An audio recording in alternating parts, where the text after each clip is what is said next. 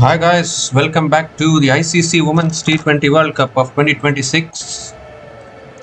It's the West Indies women taking on Ireland women in a quest to qualify for the semi-final. Oh, it's in the air, could be out here, wicket-keeper running backwards, takes the catch. Second wicket goes down for West Indies. Ireland women winning the toss, selecting to bowl first. If West Indies women wins this game, they will be through to the semi-final. Both the semi-finalists from that group will be confirmed. If West Indies loses this game, then New Zealand have a chance. If they can win tomorrow against England, then they can qualify for the semi-final. So there's every possibility actually of anything happening. As Shamaine Campbell has been dismissed here. Second wicket has gone down for West Indies. Shamaine Campbell is gone after scoring a run of ball 4, and West Indies women are 27 for 2 after 2.4 overs.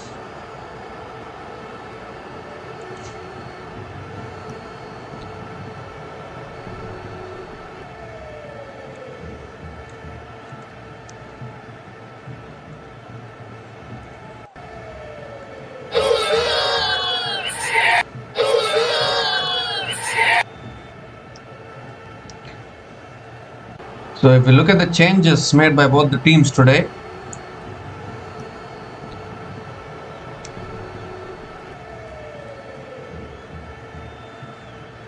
Karishma Ramarak has been dropped for West Indies and Kayana Joseph comes into the playing 11 for West Indies women. And as far as Ireland women are concerned, Lara McBride makes way for Jane McGear. So these are the changes from both the teams. Stephanie Taylor is the new batter to the crease, and that's cut away beautifully through the covers for 4. Short, too much width from Kelly, and Stephanie Taylor, the very first ball that she faces, gets off the mark with the boundary. She's a T20 World Cup winning captain for West Indies women. Won it in 2016. So she has that experience with her.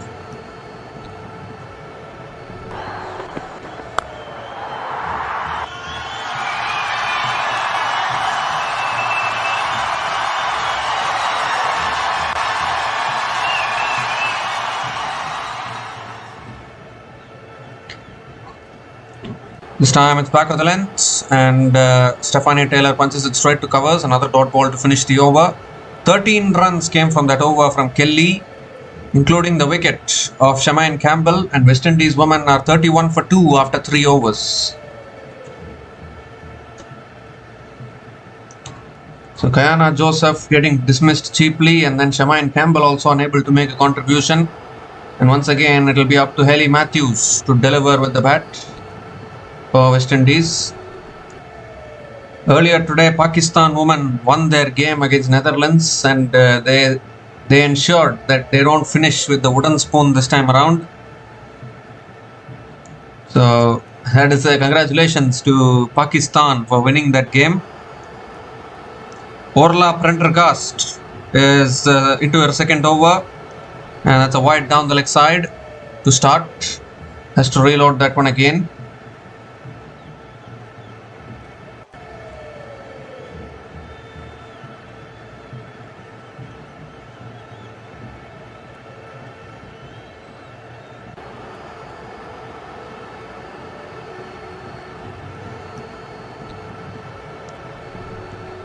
So Hayley Matthews is on strike. Oh, short and wide, looking for the cut shot. Unable to make connection. Another dot ball from Orla Prendergast.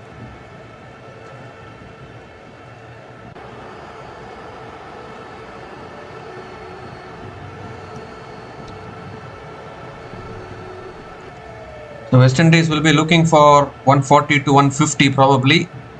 They have played really well in this tournament, lost their previous game against England, which was expected. It's driven this time towards covers, mix up in the middle, but Hayley Matthews will get through for a single.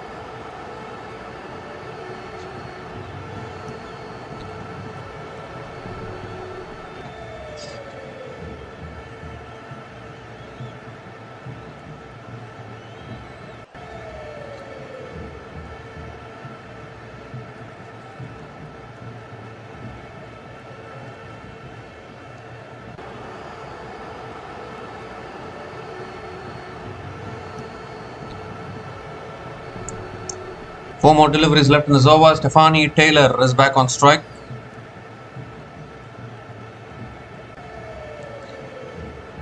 Current run rate 9.90, but they've lost 2 early wickets. That is the big thing. Ooh, outside the off-stump again, goes for the cut shot. Unable to make connection. Another dot ball from Orla Prendergast.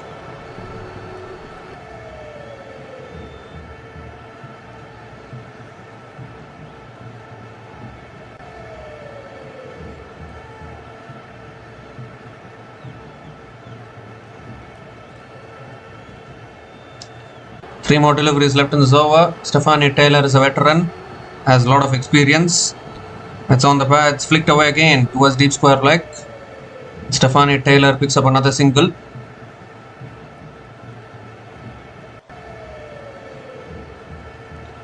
Two more deliveries left in this over.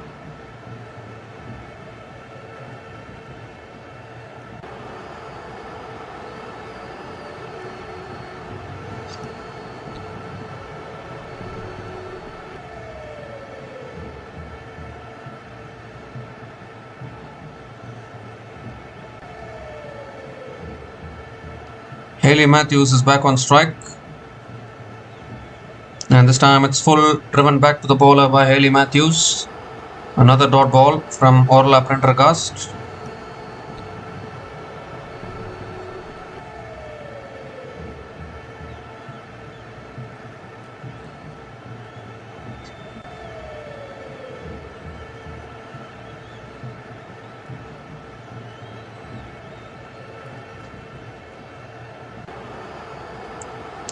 Last ball of the over. This time again on the pads, flicked away by Hayley Matthews towards deep mid wicket and picks up another single to finish the over. 4 runs came from that over from Orla Prendergast, and West Indies women are 35 for 2 after 4 overs.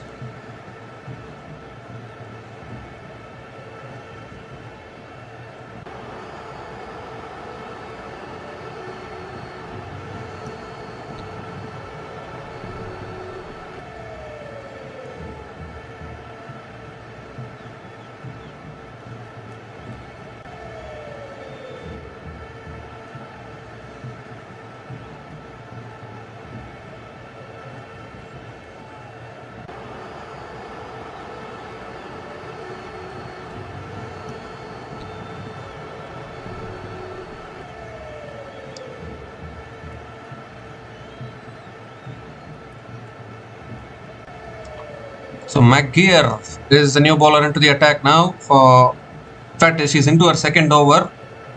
Picked up the wicket of Kayana Joseph.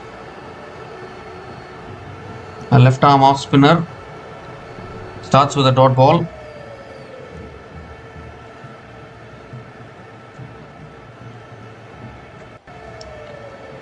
This time on the pads, flicked away by Hayley Matthews with straight to square leg. Back-to-back dot balls from McGear.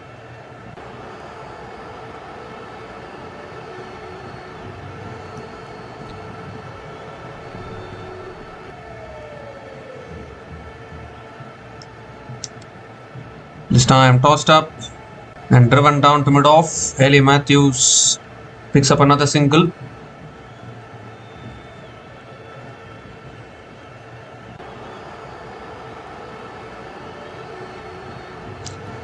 Stephanie Taylor is back on strike.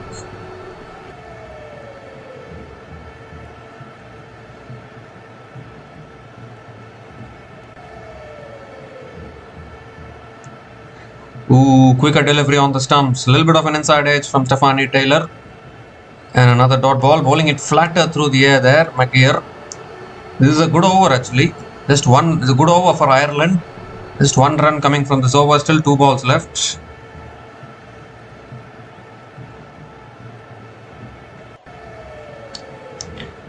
This time punched away, straight to point. Doesn't take the single. Another dot ball.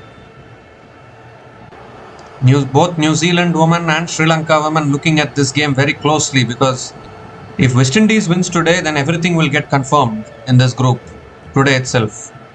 New Zealand and Sri Lanka want Ireland to defeat West Indies, which is not going to be easy because Ireland obviously is an associate nation, but still That does not mean that Ireland cannot do it. I mean, cricket is a funny game. Anything can happen on a given day. As we see here, only one run has come from this over, and West Indies women are 36 for 2 after 5 overs.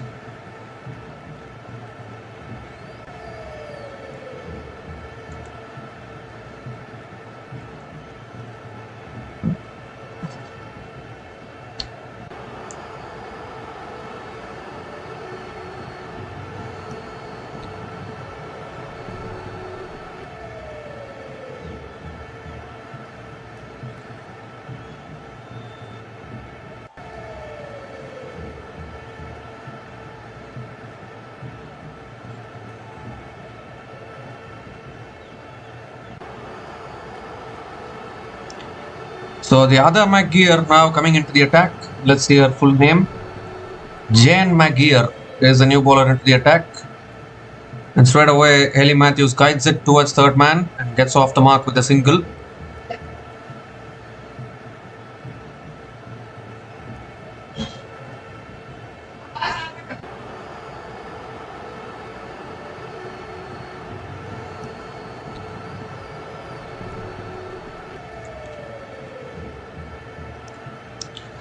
This time short and wide, cut away straight to point. And another dot ball from Jane McGear.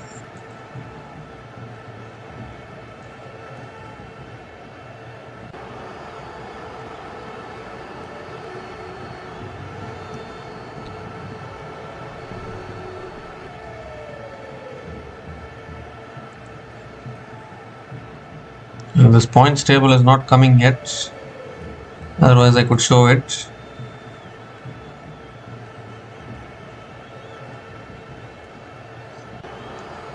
So yeah, look at the points table here.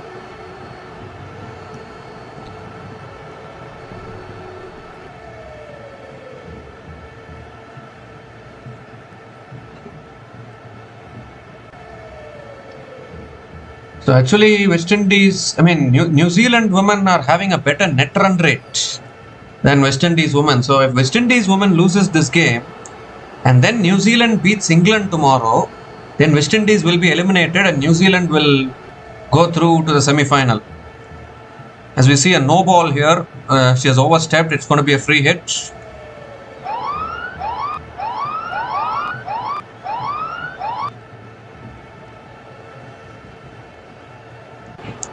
So free hit delivery coming up. Hayley Matthews is on strike.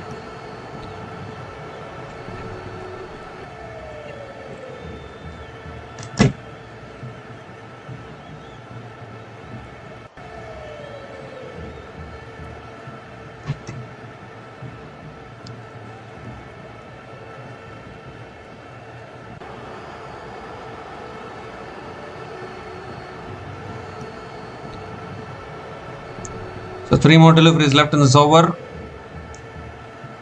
Oh, the free hit does not cost much. It's defended nicely towards covers. Another dot ball. And I think Sri Lanka women are all but knocked out of the race for the semi-finals, because unless West Indies lose badly in this clash, Sri Lanka cannot be able to make it. But New Zealand are still alive because they are having a better net run rate than West Indies. So if West Indies loses this, even by a small margin, then New Zealand wins against England. It's coming up straight after this. If New Zealand beats England, then New Zealand will qualify. That is the scenario. The New Zealand fans don't need to give it up yet. They only need to hope that Ireland can do them a favour here. That's flicked away again by Hayley Matthews towards mid-wicket and picks up another single.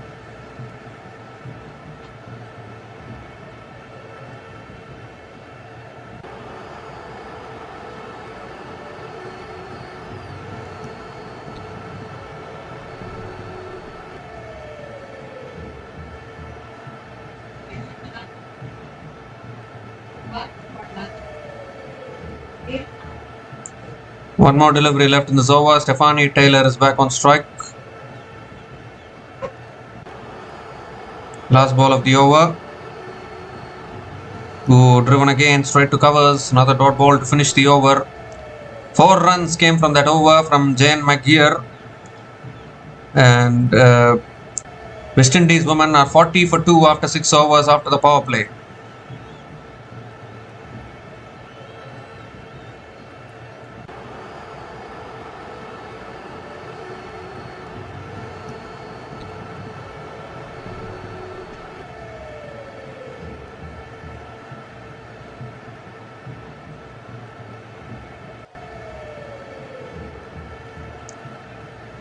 So yeah, that is the scenario. Can Ireland women do the impossible? Well, it is termed to be impossible to defeat for Ireland to defeat West Indies, isn't it? Even a small win for West Indies will take them through to the semi-final. So West Indies have their fate in their own hands. But if West Indies loses this game, then New Zealand will have their fate in their own hands. Sri Lanka are basically out. That is the scenario. And you have to feel for Sri Lanka actually, because they defeated New Zealand and gave themselves an opportunity to qualify for the semi-final, but they lost against West Indies. That was the crucial game as far as Sri Lanka were concerned. They should have won that game, but they lost it, and that is why their campaign is all but over now, because their net run rate is still in the negatives, and I don't see West Indies net run rate going down so much even if they lose this game.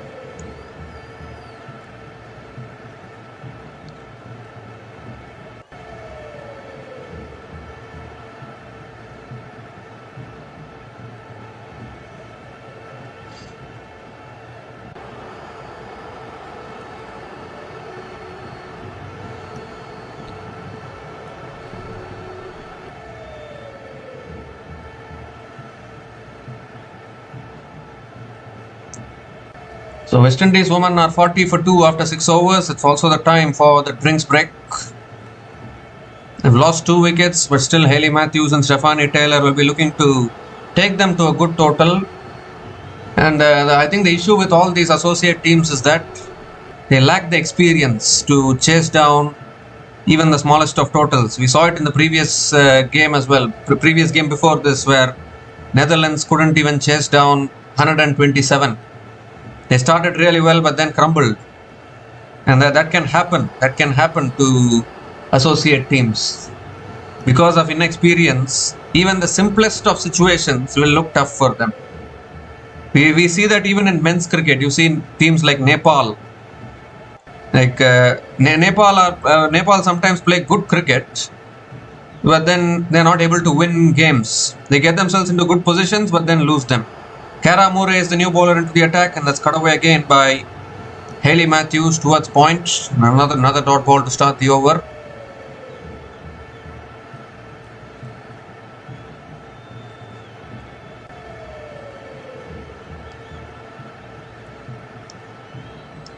This time short and wide again, cut straight to point, and another dot ball.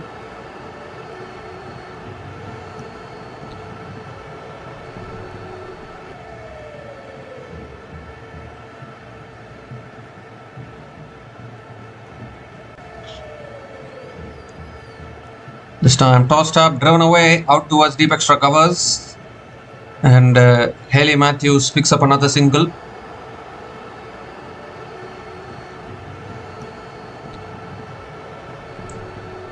Stephanie Taylor is back on strike.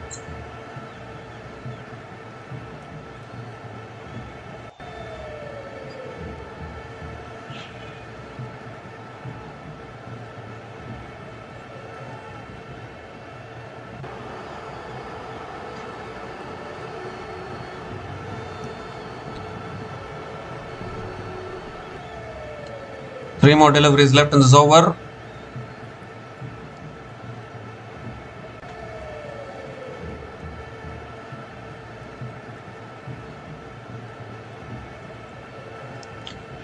This time beats the outside edge, beautifully bowled there, nicely tossed it up. This is good bowling from the Ireland bowlers. West Indies, and off to a shaky kind of a start.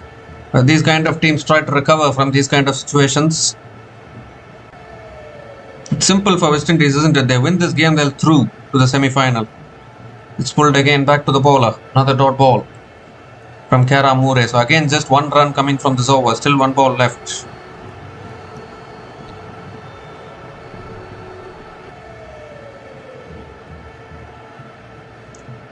So last ball of the over coming up.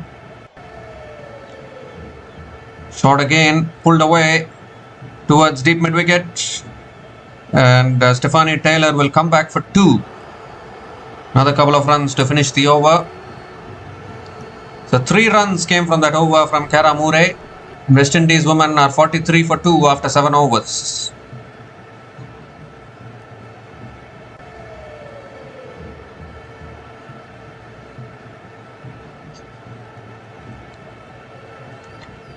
So current run rate 6.14 for West Indies.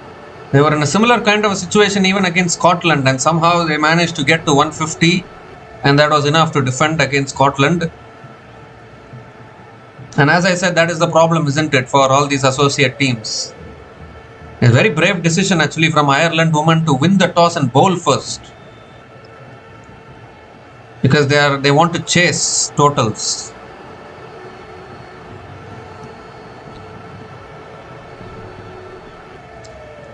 So Jane McGeer continuing into her second over, and that's punched again straight to point. Ellie Matthews will get through for another single to start the over.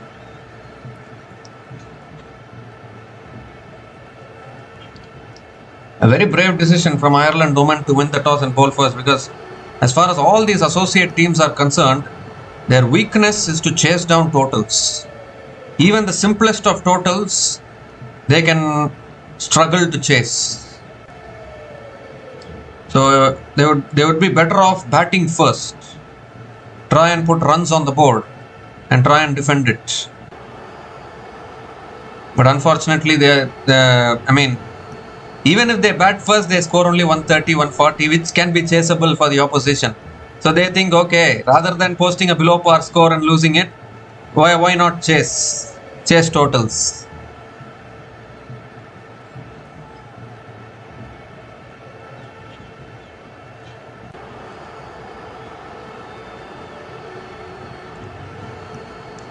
This time defended again towards point, and picks up another single here.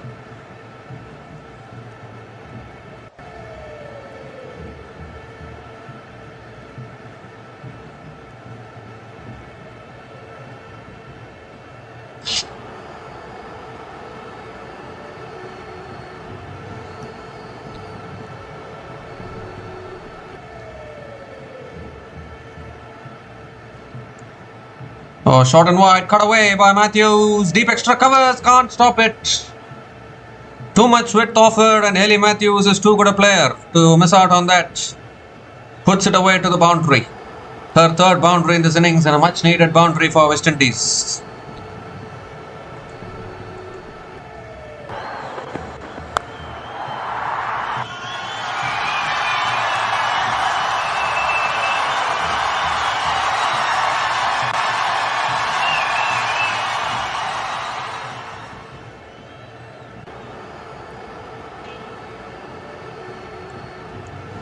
This time it's on the pads, flicked away again towards deep square leg. Hayley Matthews picks up another single. 50 comes up for West Indies women. 50 comes up in 7.5 overs at the loss of 2 wickets.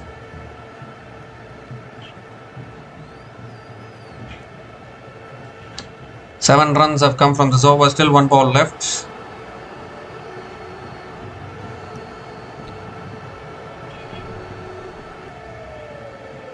Last ball of the over. That's punched again straight to covers, and another dot ball to finish that over. The 7 runs came from that over from Jane McGeer, and West Indies women are 50 for 2 after 8 overs.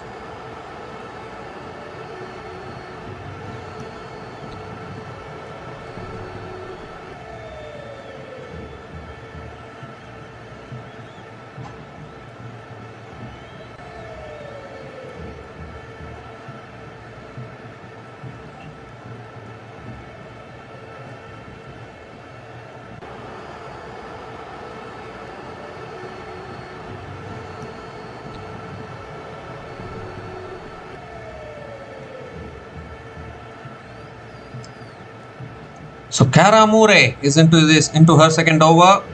Slog sweep from Hayley Matthews straight into the hands of the fielder at short mid wicket. And another wicket falls just when a partnership was starting to build. Hayley Matthews has swept it straight into the hands of the fielder at short mid wicket. She'll be very, very disappointed. And third wicket falls here for West Indies, and a very, very important wicket here in the form of Hayley Matthews, because we all know how much damage she can do with the bat. It was a good shot, but she hit it straight to the fielder, and that is what brought about her downfall. So wickets starting to fall here for West Indies, as Hayley Matthews has to depart after scoring 22 from 25 balls. Kara Moore picks up her first wicket of the day, and West Indies women are 50 for 3 after 8.1 overs.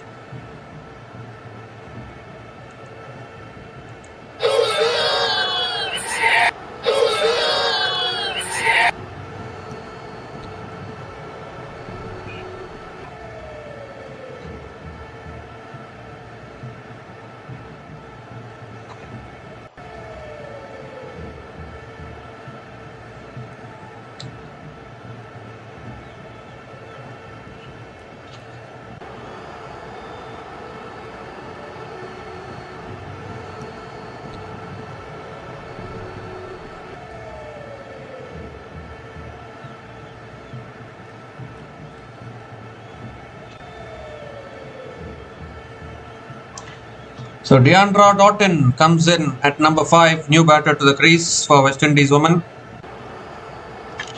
A really good hitter of the ball down the order.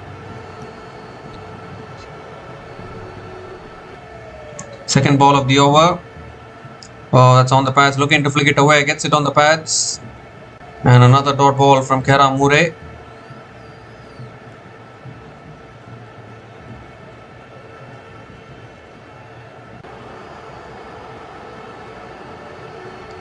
Three more deliveries left in this over.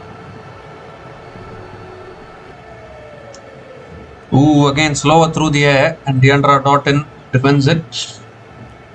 They're currently going at under 6 and over now, West Indies women.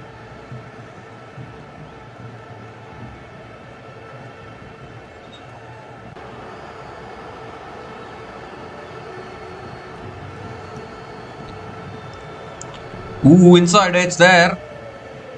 Inside edge onto her pads, and another dot ball here for Kara Moore. So this has been a good over so far. Wicket and 3 dot balls. Kara Moore is bowling really well. 1 for 3 in her 1.4 overs. A little bit of pressure building on West Indies, you would think. 2 more deliveries left in this over. Can West Indies bounce back from here? Oh, again goes for the cut. She wants a wide, but she won't get it. So in fact, she does get it. It's given as a wide. So Kara Moore has to reload that one again.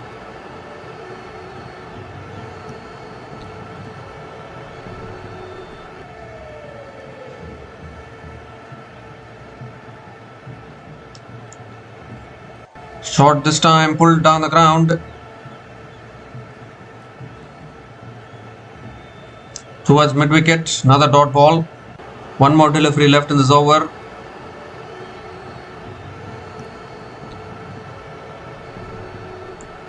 So although West Indies are favourites in this game, the way they are batting, it's not looking convincing in all honesty.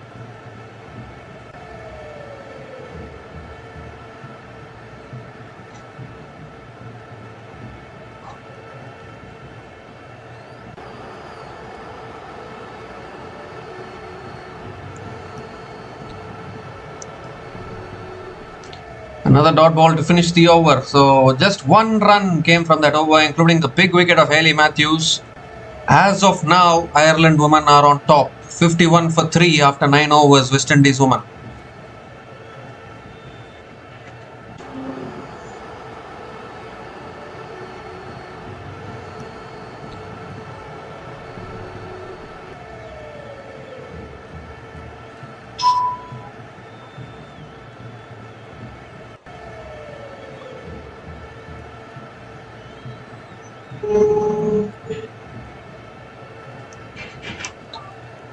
So just one run came from that over. This is really good bowling from the Ireland bowlers.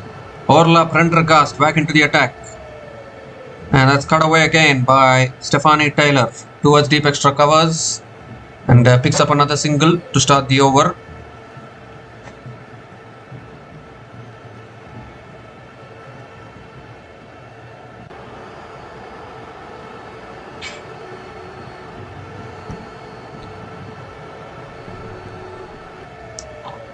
Deandra Doughton is back on strike, not yet off the mark. This is a very crucial game actually.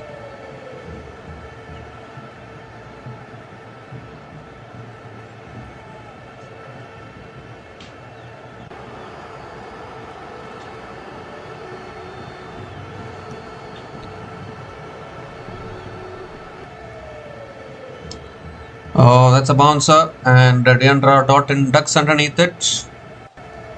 It's another dot ball here.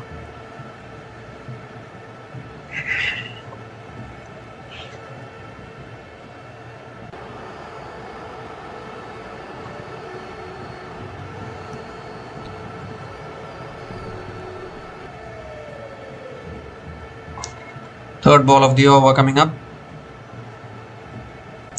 Oh, inside edge there. I think that ball just nipped back in. Another dot ball here. Doesn't look like batting. Batting is not that easy. Deandra Doughton has faced 6 balls and hasn't quite gotten off the mark. I have to say that Ireland have been bang on target, at least till now. The thing is, if they get a target, can they chase it down? Anything under 120 maybe can be chaseable, but these kind of teams, they just keep on losing wickets. That is a big problem. Like even today, Netherlands women, they scored 31 runs in their first 3 overs against Pakistan. They scored 31 runs in their first 3 overs, chasing only 127. So I'll just do a calculation. The equation was under a run a ball, which was needed, and they just kept on losing wickets. Mission to keep on losing wickets, and they got bowled out. How to complicate an easy win? These associate nations show that, and that is the problem actually. That is why even if West Indies bat poorly, we don't know whether Ireland will chase it down or not. That is another big question, because the lack of experience does cost all these associate teams. They are trying their best, but somehow it's not working for them. But anyways, another good over from Orla Prendergast.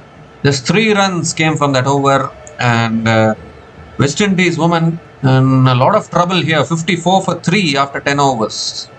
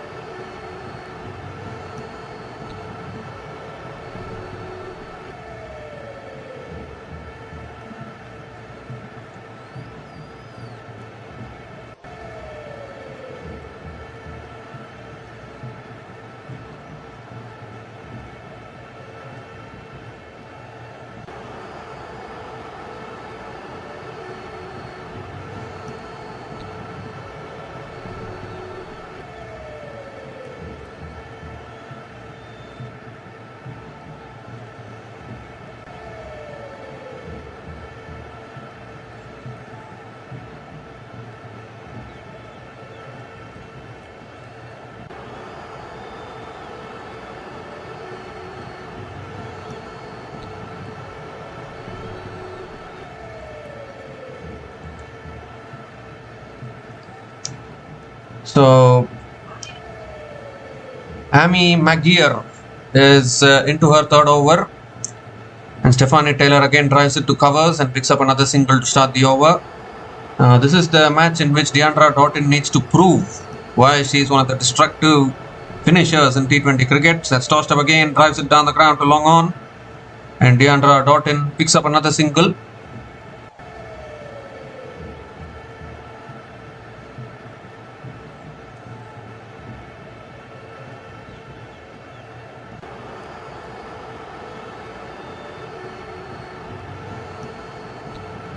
Oh, looking for the sweep this time. It's towards fine leg, and Stephanie Taylor will pick up one leg boys. 3 runs from the first 3 balls of this over, still 3 balls left.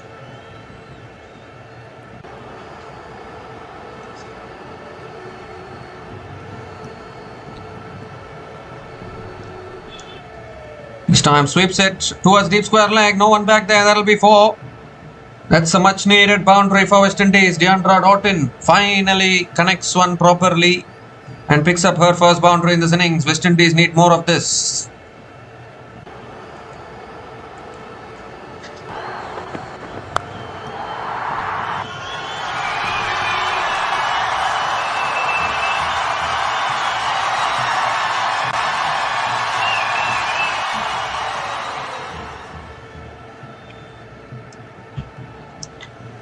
This time again goes for the sweep. Deep square leg coming around once again. Deandra Doughton will push for another couple of runs.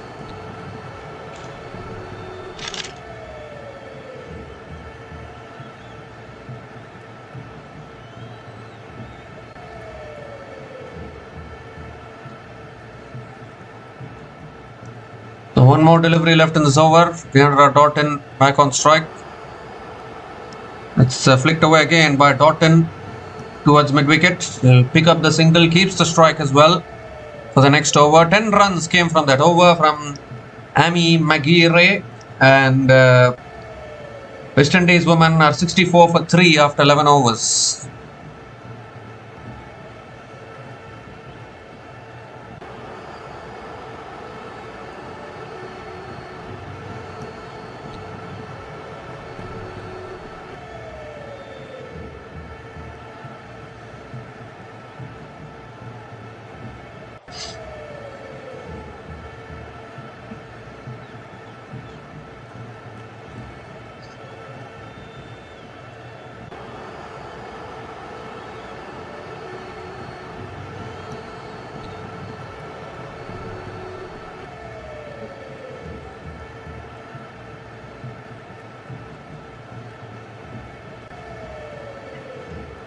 So Kelly is back into the attack now. Arlene Kelly. She has figures of 1 for 13 in her 1 over. And this time it's punched away again towards deep extra covers, and Deandra Doughton will pick up another couple of runs to start the over.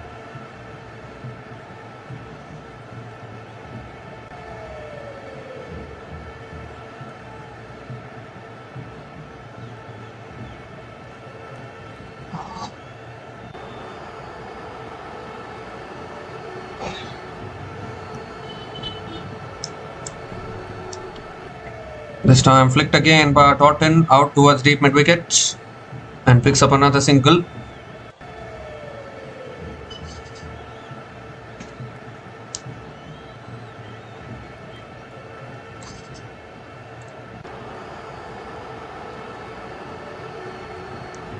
So 3 runs from the first 2 balls of this over. Stephanie Taylor is back on strike.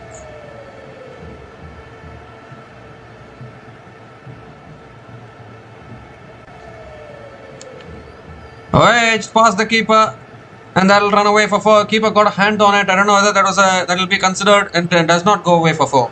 Good fielding at third man. But the keeper got a hand on it there.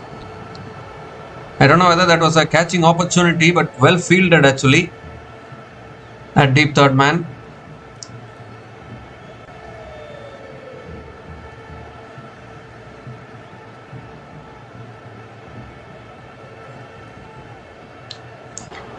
This time full and wide, drives it straight to covers, and another dot ball from Arlene Kelly. Ireland have bowled well actually here.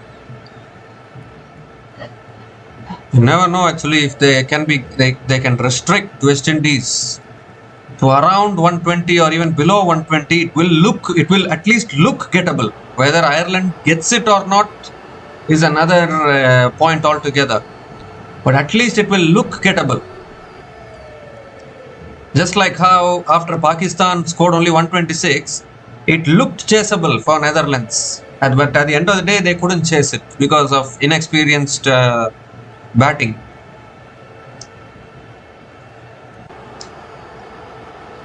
This time cut away again towards deep extra covers, and Stephanie Taylor picks up another single to finish the over. The 6 runs came from that over from Arlene Kelly, and West Indies women are 70 for 3 after 12 overs.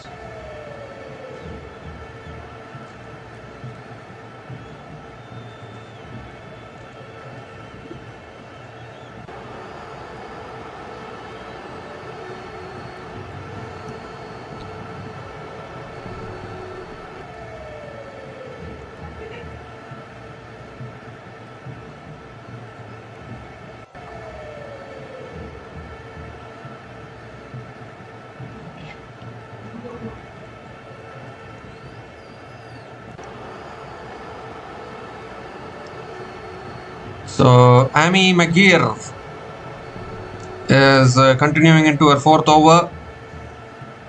And Stephanie Taylor again flicks it away towards mid-wicket and picks up another single to start the over.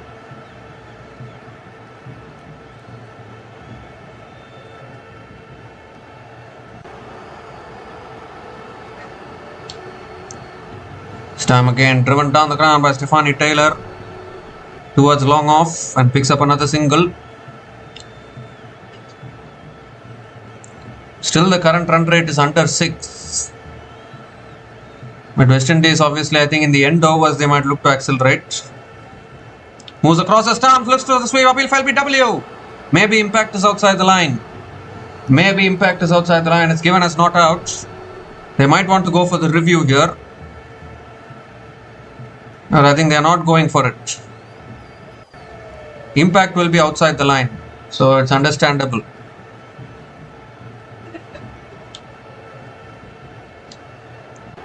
Fourth ball of the over. Full toss, Taylor goes big, but down the throat of the fielder at long on, takes the catch. A full toss from Amy McGeer has produced a wicket. She could have hit it anywhere, Stephanie Taylor, but hits it straight down the throat of the fielder at long on, and the 4th wicket goes down for West Indies. They always say, isn't it, you don't need to always bowl the best of deliveries to get wickets. Sometimes even the bad balls will fetch you wickets. And this is one example of that. A high full toss. And she came down the wicket and found the fielder at long on. Will be very, very disappointed with that, Stephanie Taylor. But it's been a struggling knock actually. 16 from 26 balls for Stephanie Taylor, in all honesty. At a strike rate of 61.54, it's been a struggle for the veterans. So Stephanie Taylor is gone after scoring 16 from 26 balls. And West Indies women are 72 for 4 after 12.4 overs.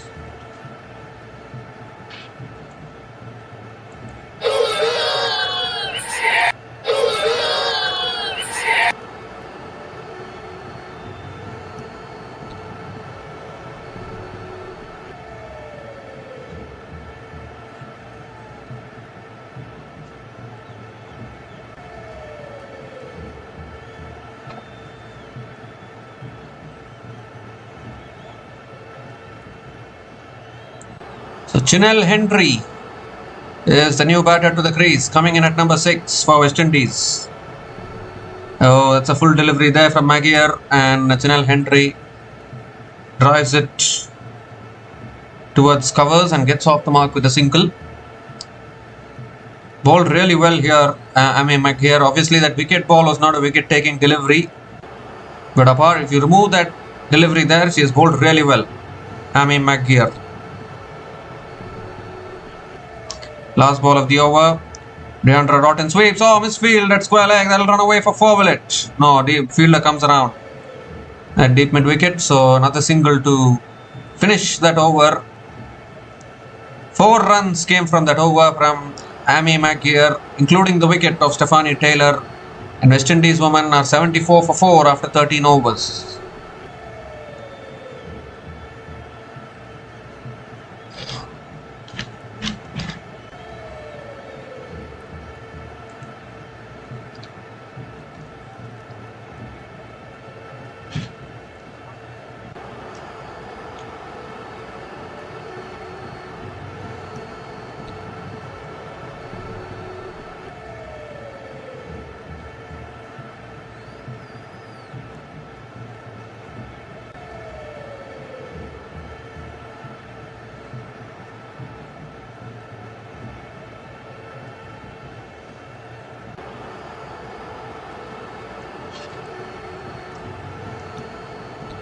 So Arlene Kelly is back into the attack into her third over. And again starts with a dot ball. Deandra Dotton really struggling with a strike rate, 14 from 18 balls.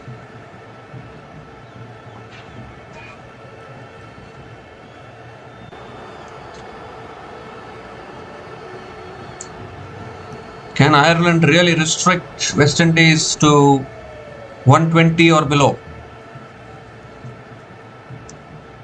Because anything under 120, I think Ireland will back themselves to chase it down.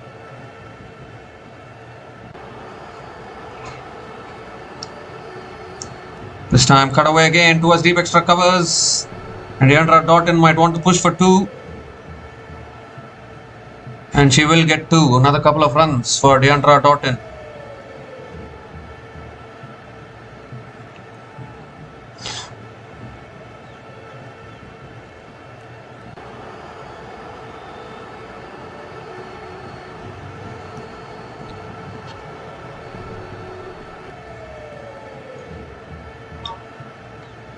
Ooh, on the pads this time, looking to flick it away. Little bit of an inside edge. And Deandra Dotton picks up another single.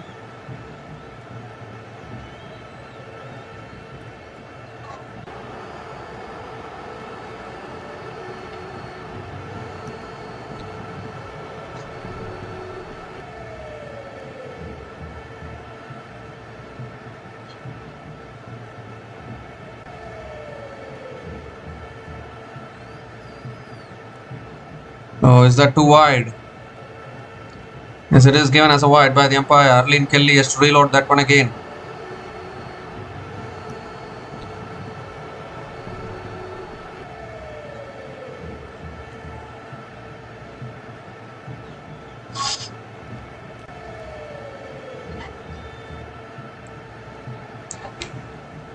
Okay, again driven again by Chanel Hendry down the ground to long off. Another single.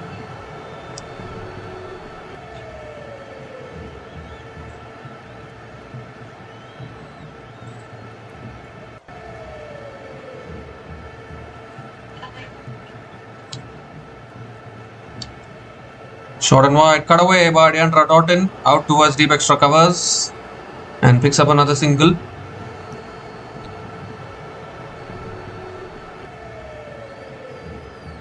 Six runs have come from this over, still 1 ball left. Chanel Hendry back on strike.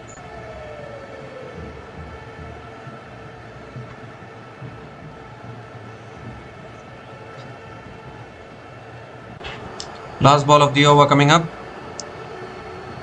And that's cut away again. Oh, beats that fielder at covers. Long off, can't stop it. Goes through for 4. It should have been stopped in all honesty. It went through 2 fielders. And has gone away to the boundary to finish the over. 10 runs came from that over from Arlene Kelly. And West Indies women are 84 for 4 after 14 overs.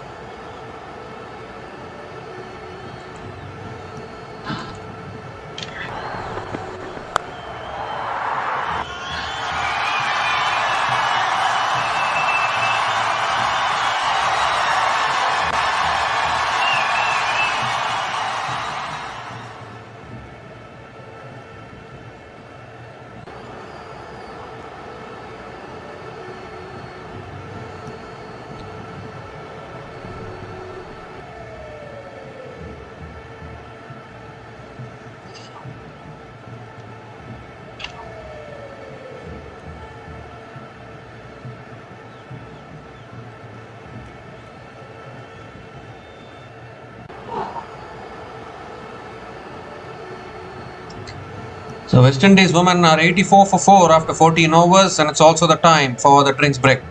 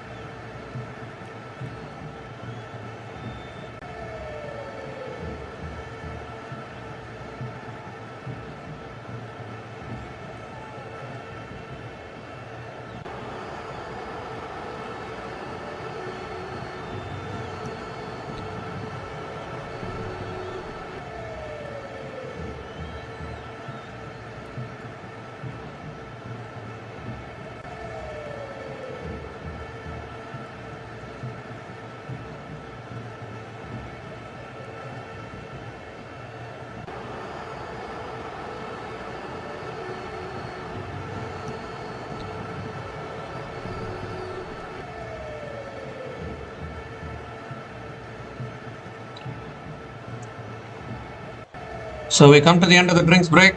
West Indies 84 for 4 after 14 overs. With 6 more overs left in this innings. And Cara Moore is back into the attack. She's been the best bowler for Ireland women today. 1 for 4 in her 2 overs.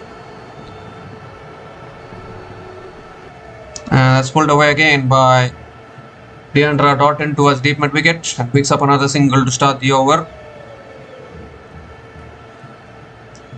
Janelle Hendry is back on strike.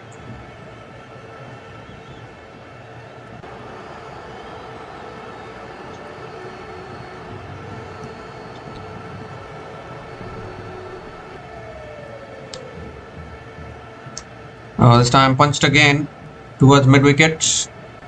And another dot ball from Cara Moore.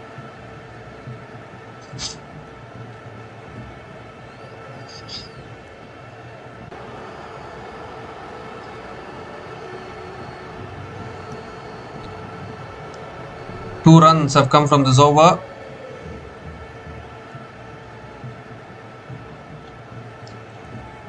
This time pulled again, straight to the fielder. This will be a dot ball.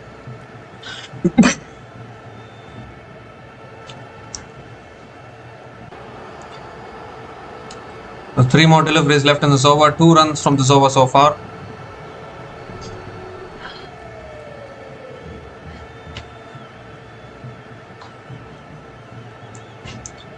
Tossed up this time, driven again, straight back at the bowler.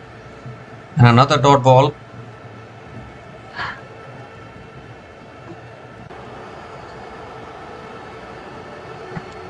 Two more deliveries left in this over.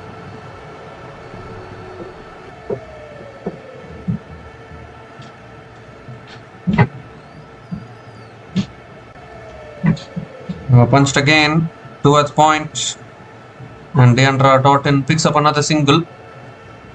So another good over here from Cara Moore. In fact, they come back for 2 overthrows.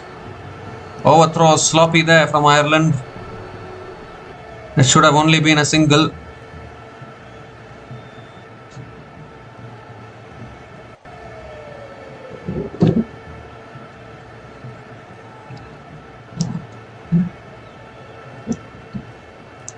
Last ball of the over coming up. Deandra Doughton back on strike. Ooh, again slow through the air. A little bit of grip of the surface as well for Cara Moore. And another dot ball to finish the over. 4 runs came from that over. And West Indies women, end of 15 overs, only 88 for 4.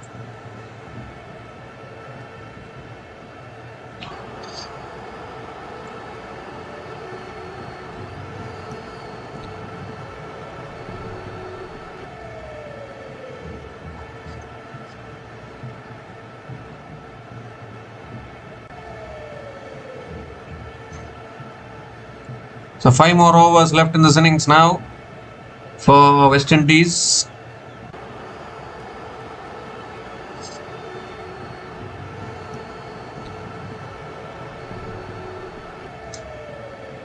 So Jane McGeer back into the attack, edged past the keeper, and that'll run away for 4. Bonus boundary there for Janelle Hendry. Went for the big shot. She's a big hitter of the ball, and she's nicked it past the keeper for 4 to start the over.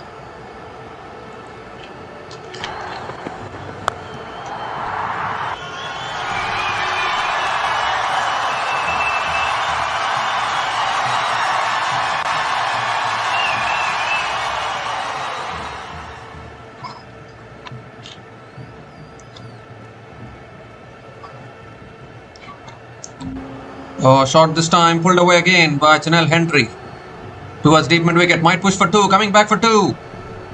And they'll get it. Another couple of runs for Janelle Hendry. 6 runs from the first 2 balls of this over.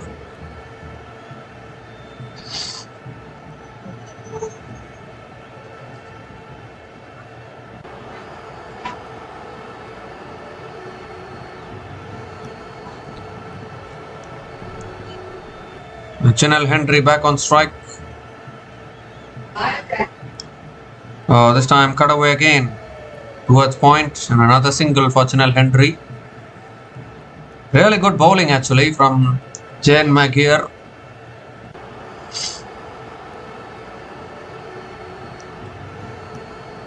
7 runs have come from this over, still 3 balls left.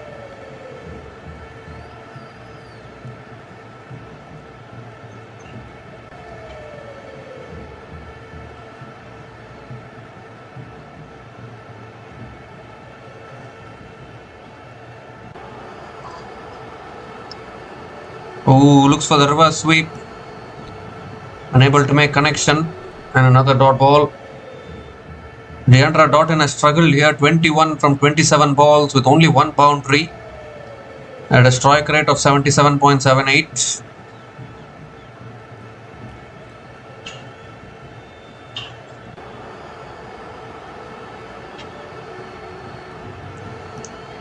Two more deliveries left in this over.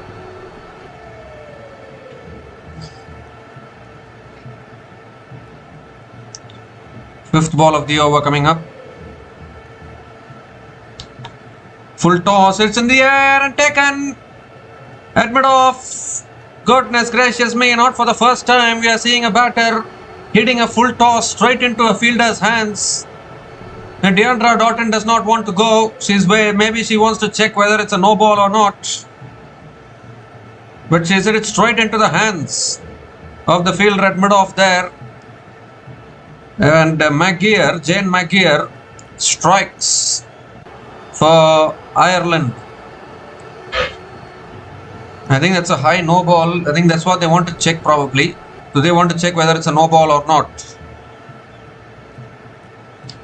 No, but Deandra Doughton has started to walk. It is a fair delivery. Is she walking convincingly? She is making the slowest walk possible.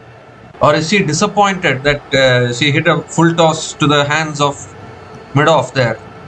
Because that delivery was asking to be hit. We saw Stephanie Taylor as well hitting a full toss into the hands of long on, and now we are seeing Deandra Doughton hitting a full toss into the hands of mid-off. Somehow they are not able to put away full tosses. Now is that above the waist? That is what they are checking. Has the ball dipped there? That is the big question.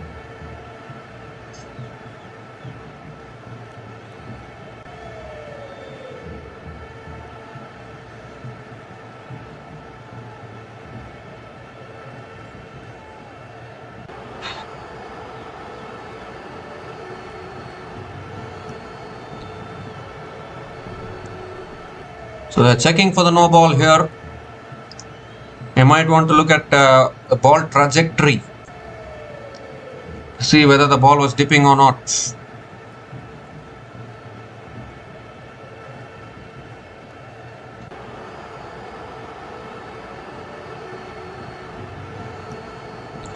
Well, it's been given us out. So Deandra Doughton is gone after scoring 21 from 28 balls. It's given us a fair delivery. And West Indies women are really struggling here. 95 for 5 after 15.5 overs.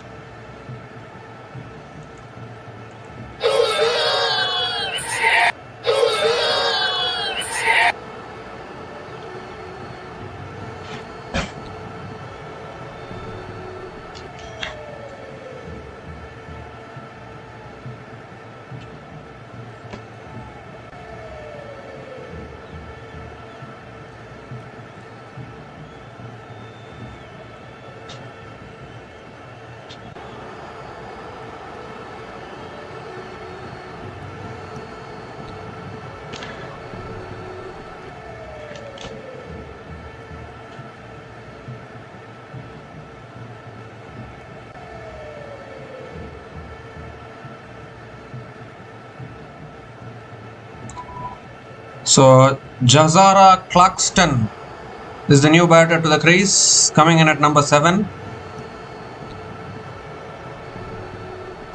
One more delivery left in this over. 8 runs have come from this over so far.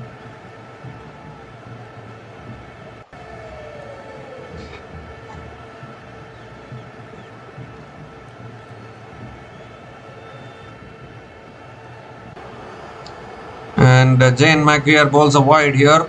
So she has to reload that one again.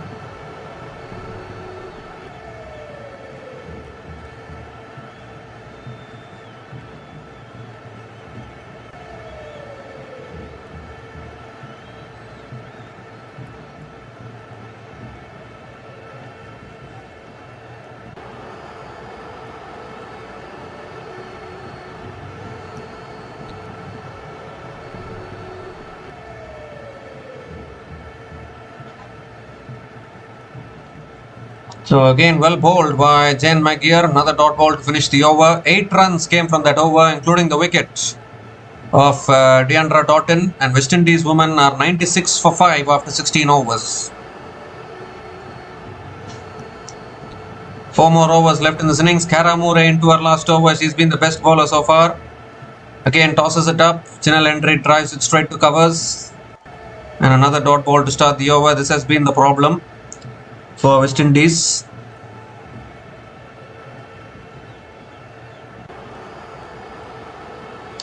Oh, tossed up. Chinel Hendry swings and misses. It has a big heave hole attempted there, but unfortunately unable to make connection. Back-to-back dot balls to start this over.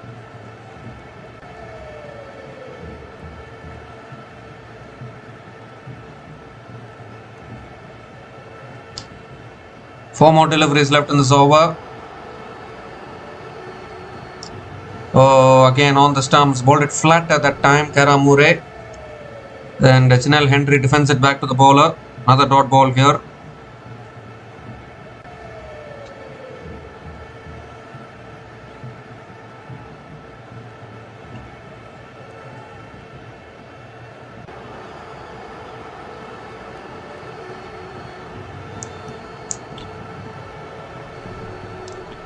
This time short and wide, cut away again, straight to covers. And they'll get through for a single. Chinel Hendry picks up another single. So Jazara Clarkston is back on strike. 2 more deliveries left in this over. Can Clarkston find some boundaries here?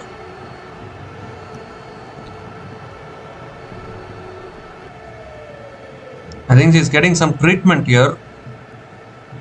Chinel Hendry.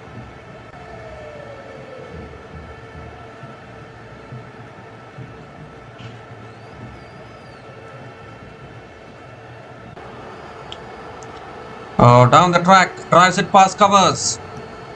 And that'll run away for 4. No one there at deep extra covers. And Jazara Clarkston gets off the mark with a boundary. Beautifully driven away there. 100 comes up for West Indies women. 100 comes up in 16.5 overs at the loss of 5 wickets with that boundary.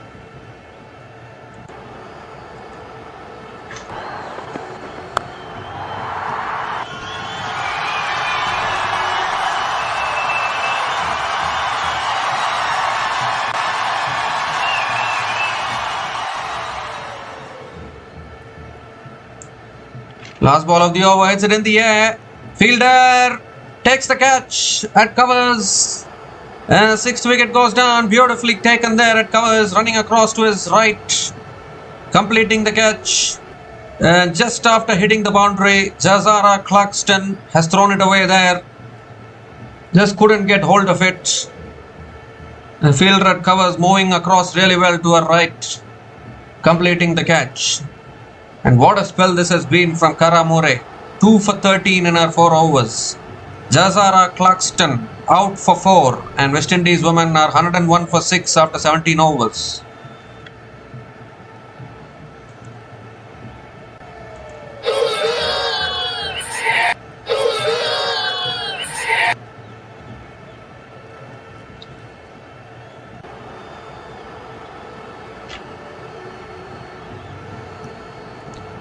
So 3 more overs left in this innings, and West Indies are they going into the tail enders now.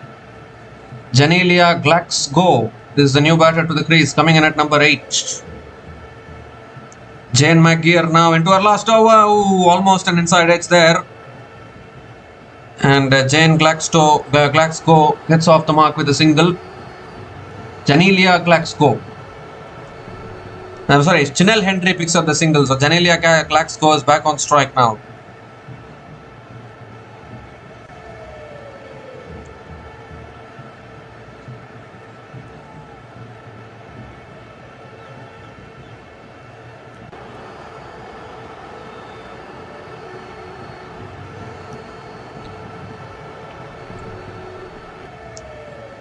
And swings it leg side this time. Glasgow down the ground. Beats long on and into the boundary for 4. Beautifully played there by Janelia Glasgow. The very first ball that she faces, gets off the mark with a boundary with a big shot down the ground.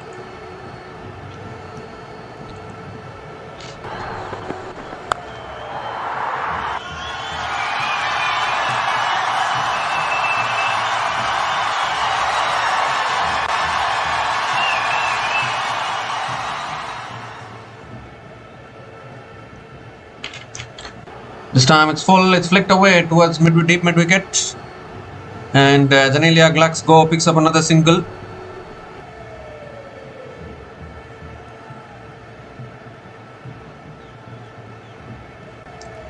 Three more deliveries left in this over. Janelle Hendry is back on strike. On the bats this time. Flicked away, it's in the gap. They might push for two here. Janelle Hendry will pick up another couple of runs.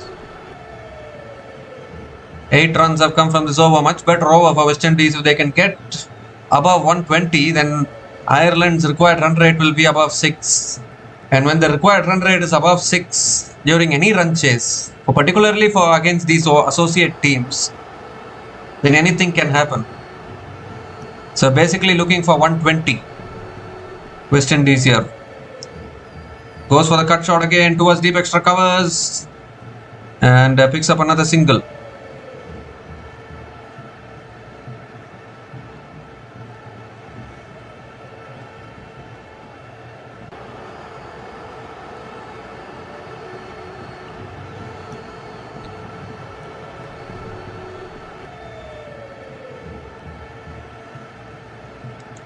The last ball of the over coming up. Oh, swings and misses. Another dot ball to finish the over.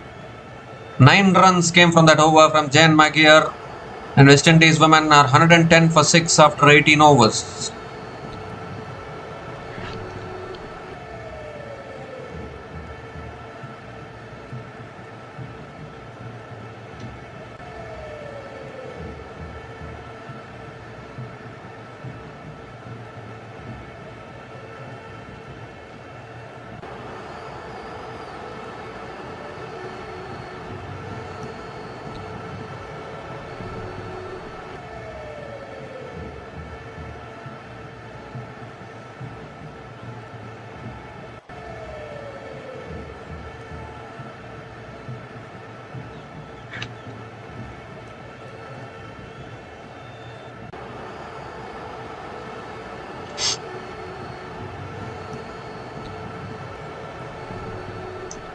So 2 more overs left in this innings, and it's going to be Arlene Kelly who will be bowling the penultimate over.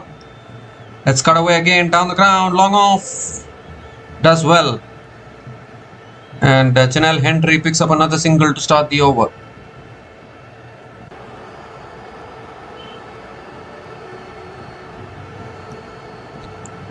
Janelia Glasgow is back on strike.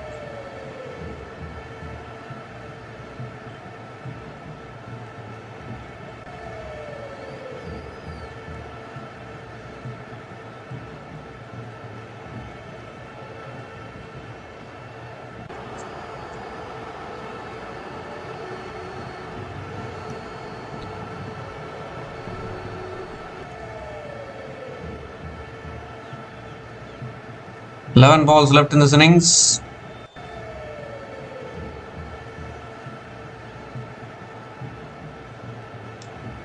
Ooh, full delivery again, looking to flick it away there, Glasgow. It's gone through her legs towards the keeper. And another dot ball for Arlene Kelly. Really good Yorker there. Janelia Glasgow hit a boundary to get off the mark, but after that she played out 3 consecutive dot balls.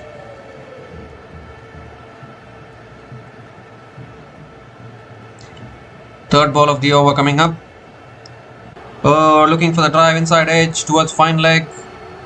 And Glasgow picks up another single.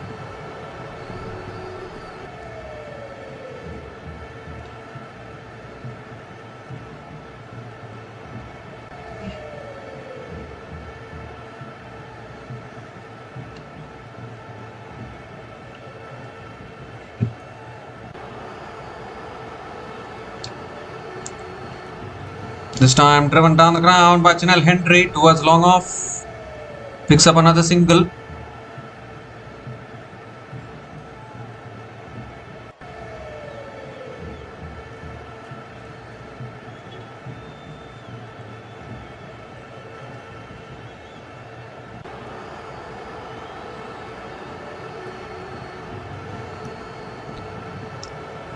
This time again clears her front leg. And Janelia Glasgow hits it down the ground to long on and picks up another single.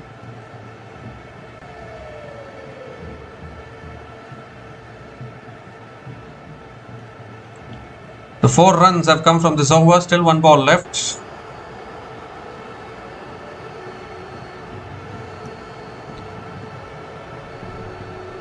Last ball of the over. Full again. Chinel Hendry hits it down the ground to long on. And picks up another single to finish the over. 5 runs came from that over from Arlene Kelly. Really good over. Really good penultimate over from Arlene Kelly. And West Indies women are 115 for 6 after 19 overs.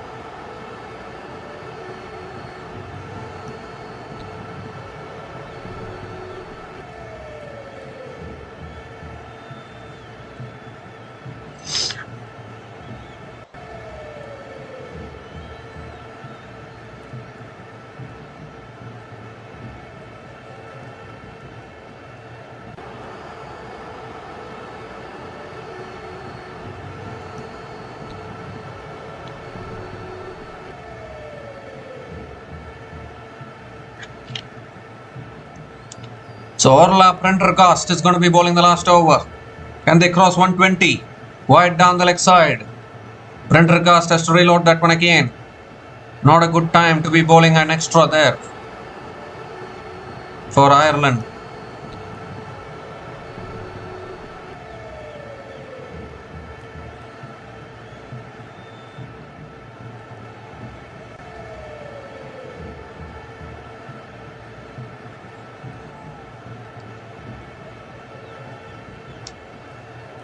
This time cut away, beats that fielder at covers for 4, I think. Yes, it is. And they get to that magical 120 that we were talking about. And that's all you need, isn't it? Against an associate nation. Just kidding. They can still try to chase it down. But a valuable boundary here to start the over from Chinel Hendry.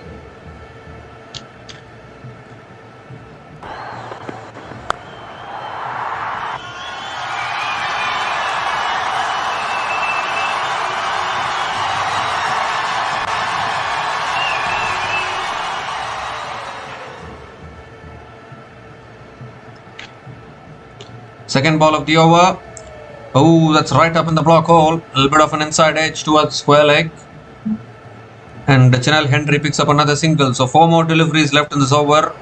And yet again, we are seeing a good performance. Good bowling performance from Ireland here today. We saw a good bowling performance from Netherlands in the previous game as well. And now from Ireland. If only these associate nations can have good batting, that can help them chase down these kind of totals, because the batting is always the problem for these associate nations.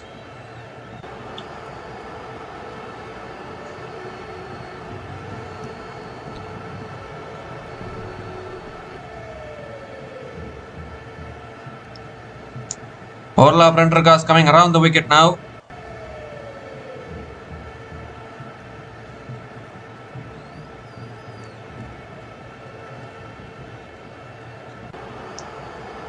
Oh, that's flat batted in the air, but the fielder is there. Fielder is there, completes the catch at deep extra covers. The 7th wicket falls for West Indies. Looking to flat bat it away there. And unfortunately unable to get hold of it. A really good catch down there at deep extra covers. And that is the wicket they wanted, Ireland. And it's also a dot ball as well at this stage. Dot ball and the wicket. 7th wicket goes down for West Indies women, and Orla Prendergast gets the breakthrough.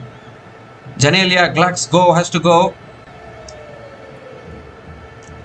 It was a short ball there, looking to flat bat it away. You can't blame the batter, because that was a very tough shot to play, in fact.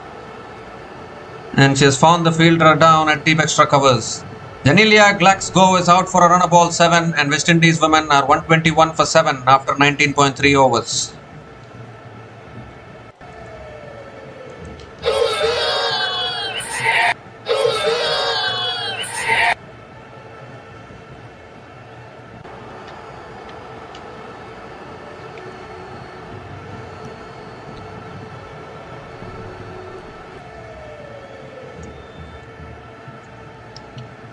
So Halia Alain is the new batter to the crease, coming in at number 9.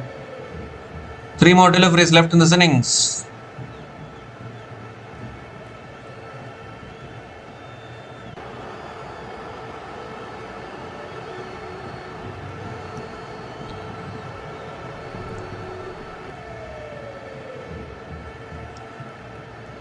Short and wide, cut away by Ali Alain. Towards deep extra covers for 4. No one there at deep extra covers. Beautifully cut away there, and what a valuable boundary here at this stage. The last over of this innings. Too much width offered by Orla Prendergast, and Ali Alain puts it away.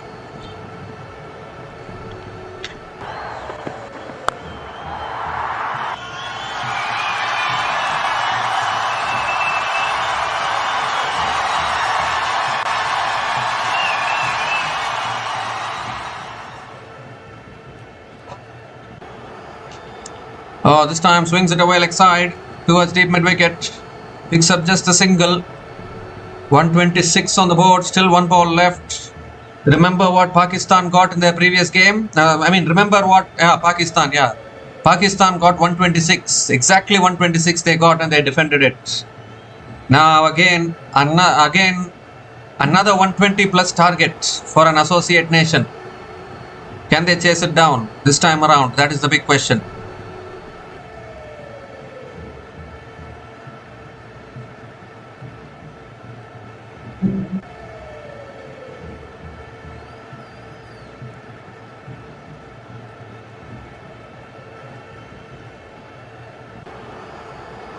The last ball of the innings coming up. It's got Chinel Henry on strike. A boundary will take them to 130, which could be a good total against an associate nation.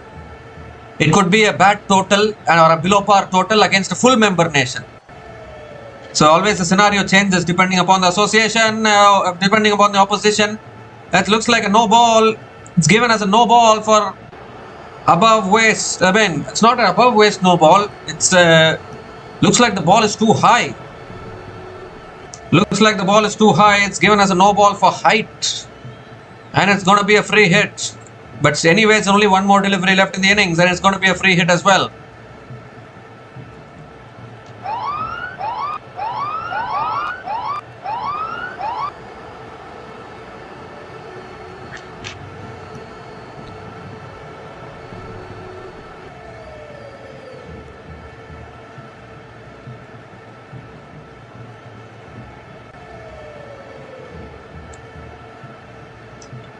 So it's going to be a free hit here for Chinel Henry. The last ball of the innings is going to be a free hit.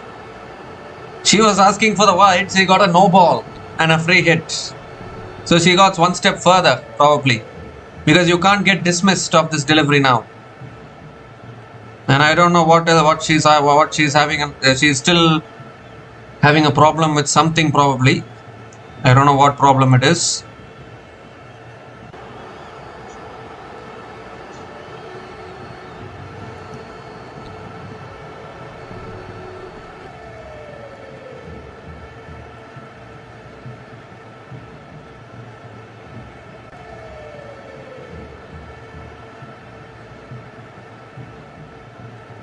Or do they want to check the no ball? They already gave it as a no ball. Now they want to check it probably.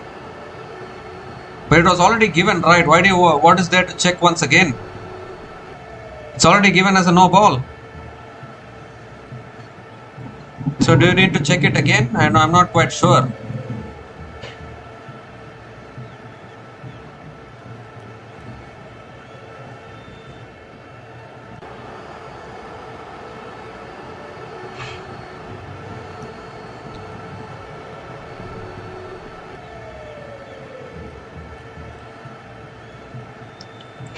Well, the umpire has gone upstairs to check.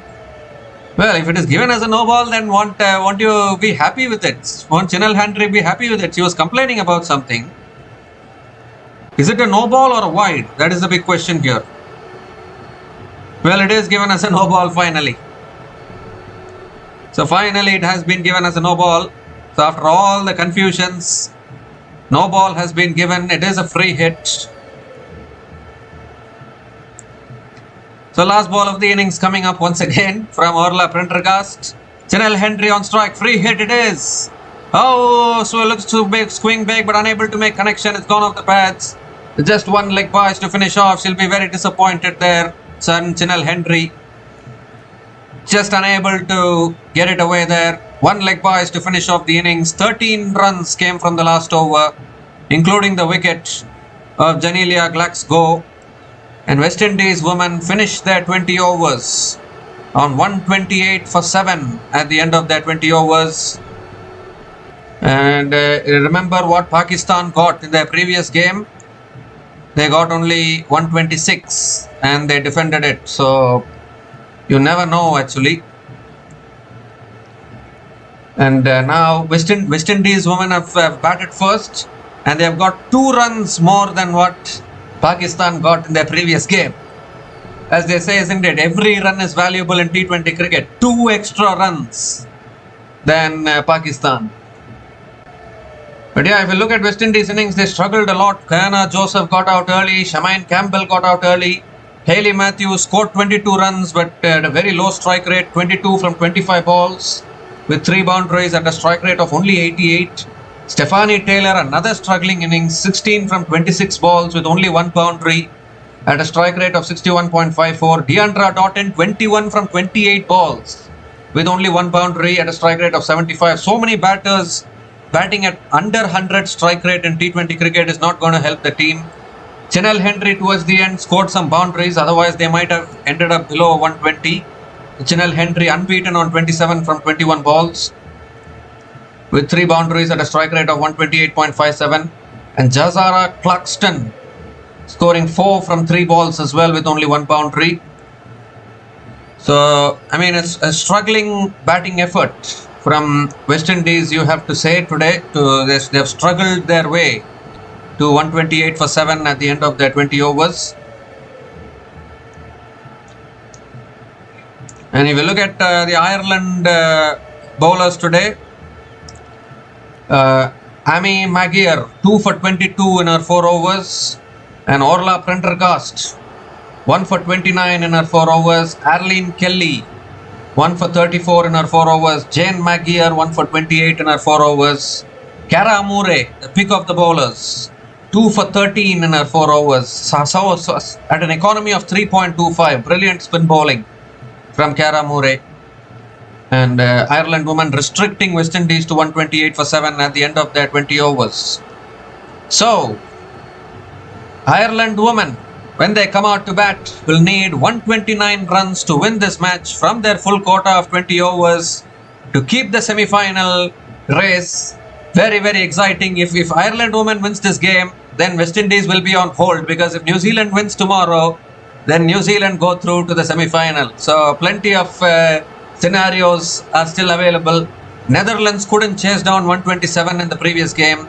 Now Ireland women need 129 to win from their 20 overs. Looks chaseable, but will the inexperience of Ireland cost them, or will they finally get over the line, will be the big question. So we'll be back again shortly to cover the run chase. Until then, please stay tuned.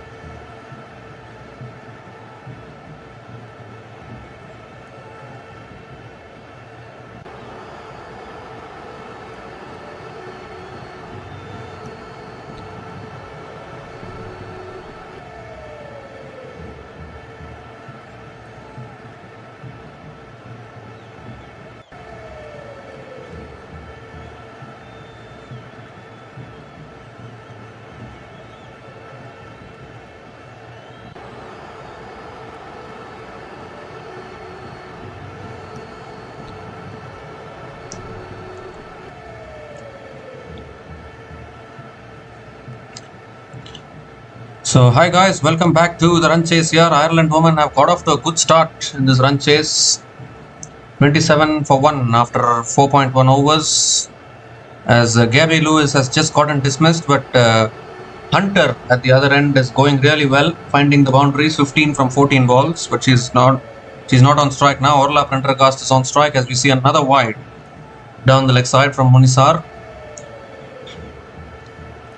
Ashmini Munisar is bowling here. And so far the equation looks gettable, but we never know with all these associate nations. This time flicked away again towards square leg, and another dot ball from Ashmini Munisar.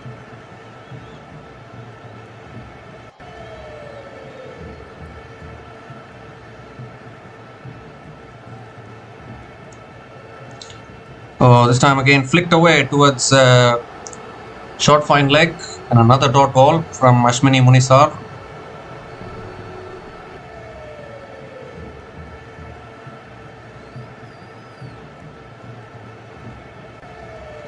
Three more deliveries left in this over.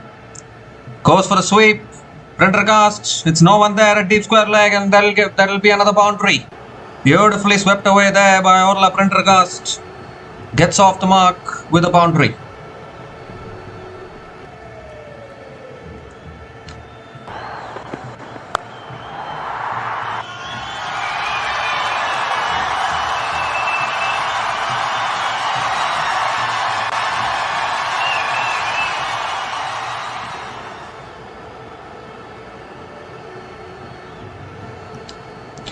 This time goes onto the back foot, and Orla Prendergast defends it back to the bowler. Another dot ball.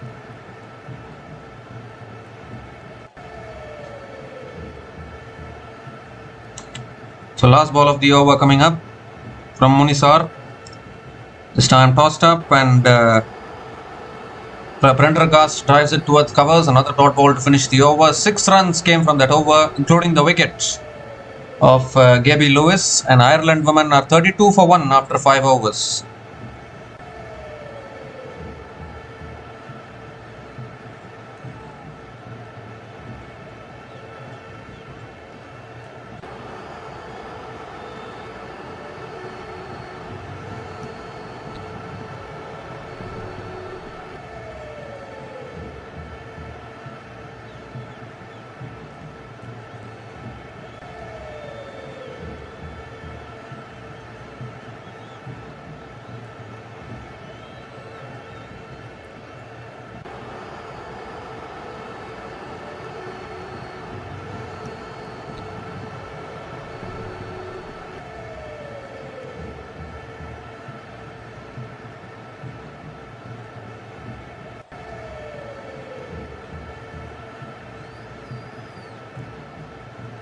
So Alia Alain is into her second over, and Amy Hunter again drives it towards deep extra covers and picks up another single to start the over.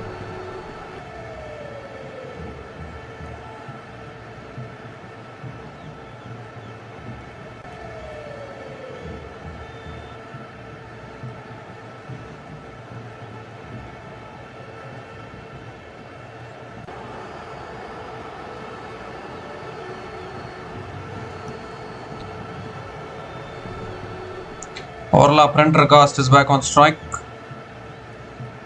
Short and wide, cut away towards deep extra covers again, picks up another single. West Indies need to stop these singles, otherwise it will be very tough for them to defend this total.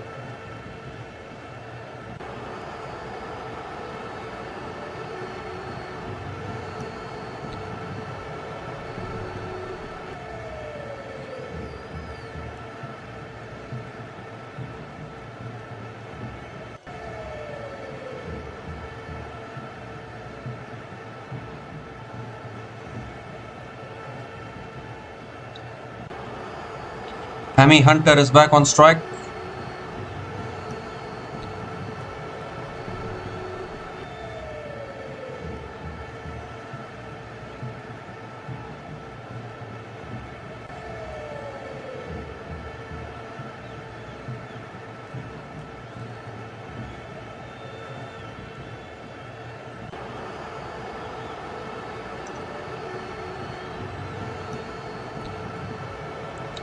Full this time, flicked again down the ground with straight to mid-on. Dot ball from Ali Alain. So can they get over the line, or is the inexperience going to cost them here? That is the biggest question.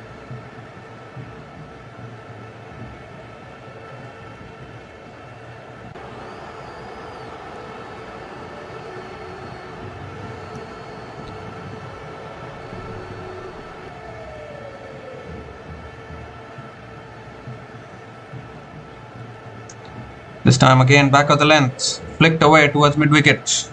Overlap. Amy Hunter picks up another single. Yesterday, Ireland men's team defeated India men's team and created history by defeating India for the first time in men's T20 cricket. And today Ireland women can create history by defeating the former champions West Indies. This time cut away again towards deep point and picks up another single.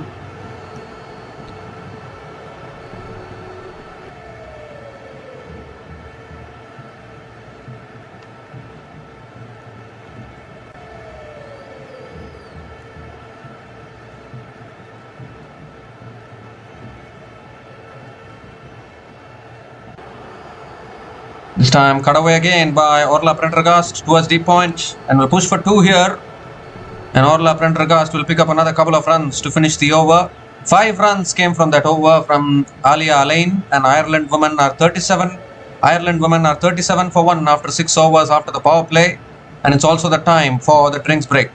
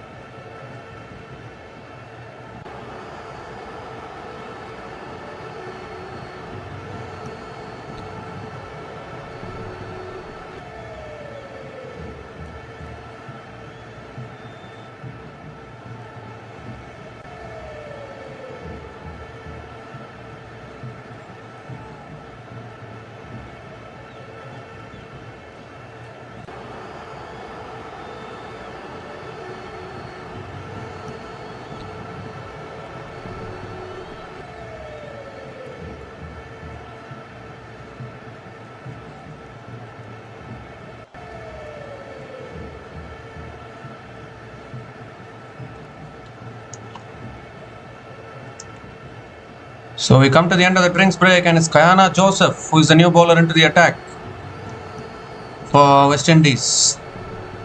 1 run from the first 3 balls of this over, still 3 balls left. This time cut away again, straight to point. Another dot ball from Kayana Joseph.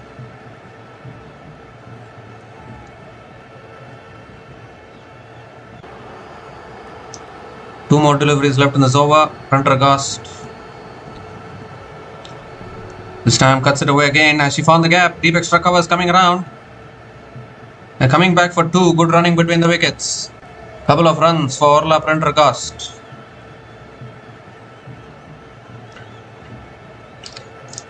My only worry for Ireland women is inexperience should not cost them, because this is a very much chaseable total, but somehow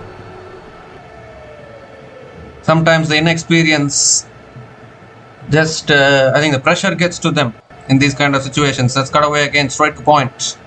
Another dot ball to finish the over. 3 runs came from that over. Really good over from Kayana Joseph, and Ireland women are 40 for 1 after 7 overs.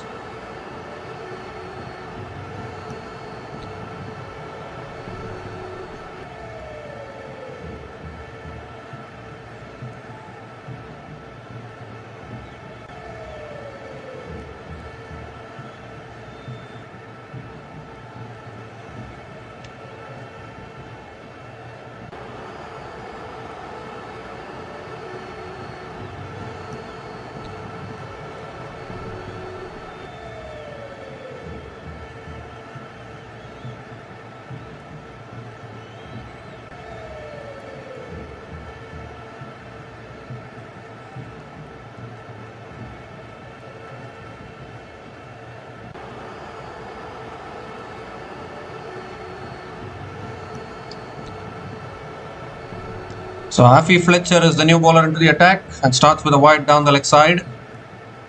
Has to reload that one again. Required run rate of 6.77.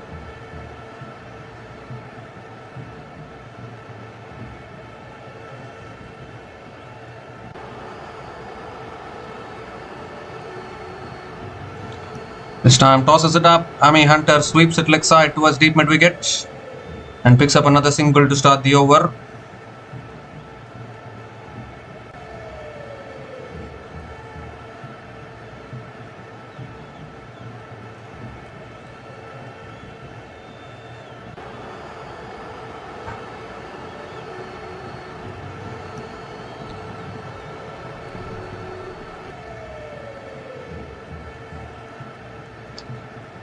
This time again cut away out towards deep extra covers. Orla Prendergast wants 2 and she will get 2. Good running between the wickets. Another couple of runs.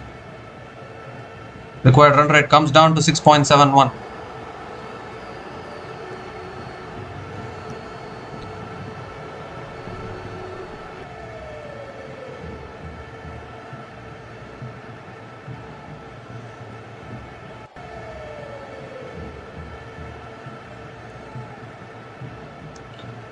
This time again tossed up on the stumps. Prendergast defends it to point. And another dot ball. So going along slowly here. 4th ball of the over from Afi Fletcher. Slog sweep. How low? How far has it gone? Fielder is there, but she watches it sail over. Sails over for 6, I think, is it? Or has it bounced inside? The umpires might want to have a look.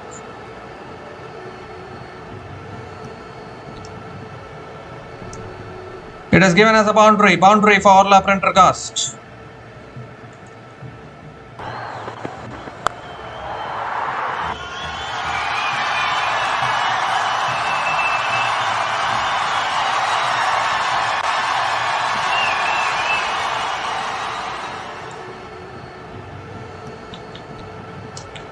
This time driven back to the bowler. Another dot ball from Afi Fletcher.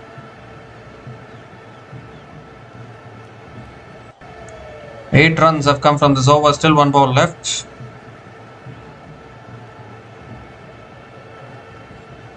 Last ball of the over coming up. And this time cut away straight to point. Another dot ball to finish the over. 8 runs came from that over from Afi Fletcher.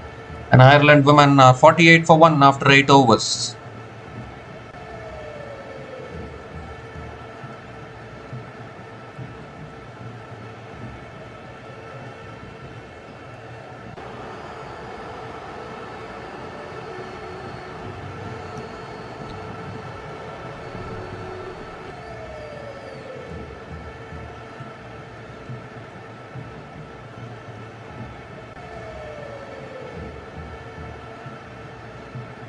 So Kayana Joseph now into her second over. That's a flatter delivery. Amy Hunter hits it down the ground to long on and picks up another single to start the over. Orla Prendergast is back on strike. Still very much gettable, this equation.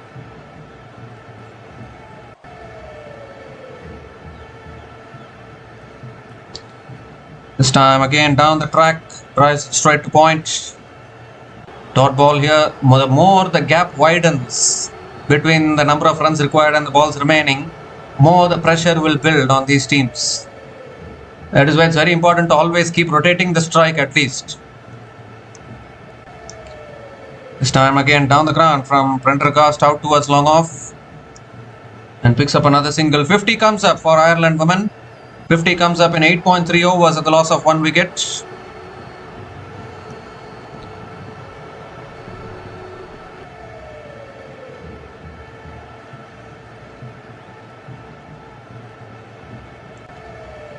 Goes for a sweep this time. Amy Hunter towards deep mid wicket. Picks up another single.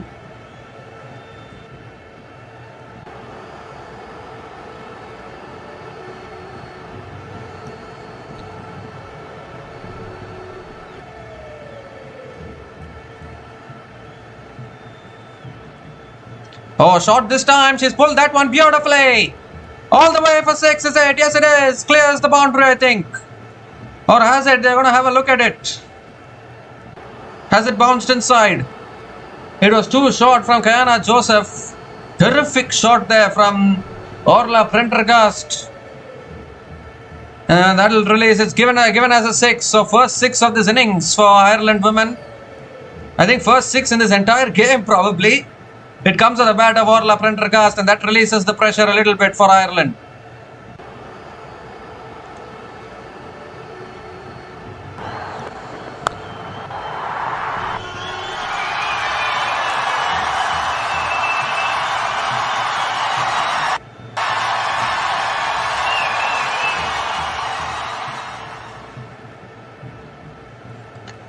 Last ball of the over. Shot again, pulled away leg side. This will be 4, 6 and a 4 to finish the over. Great finish to the over for Ireland. Expensive over from Kayana Joseph. 13 runs came from that over and Ireland women are back on track in this run chase. 61 for 1 after 9 overs with just 68 more needed from 66 balls.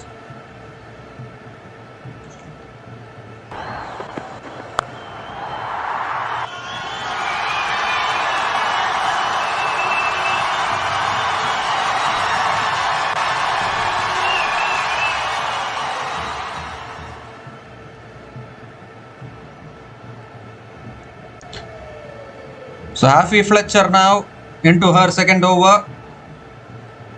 Goes onto the back foot, flicks it away like side. Amy Hunter picks up another single to start the over.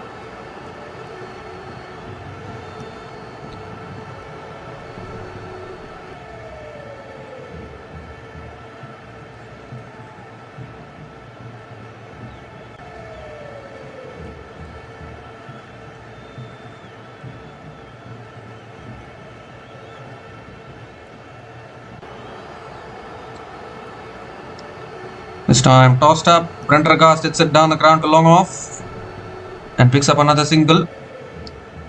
Now I think Orla Prendergast has this run chase controlled because she's a very stable batter.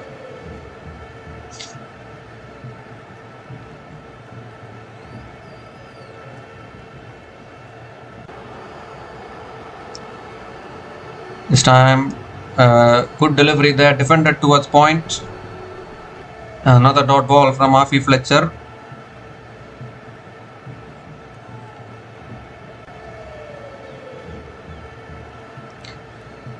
This time again flicked away down to long on. They're going to push for 2, I think. Amy Hunter picks up another couple of runs.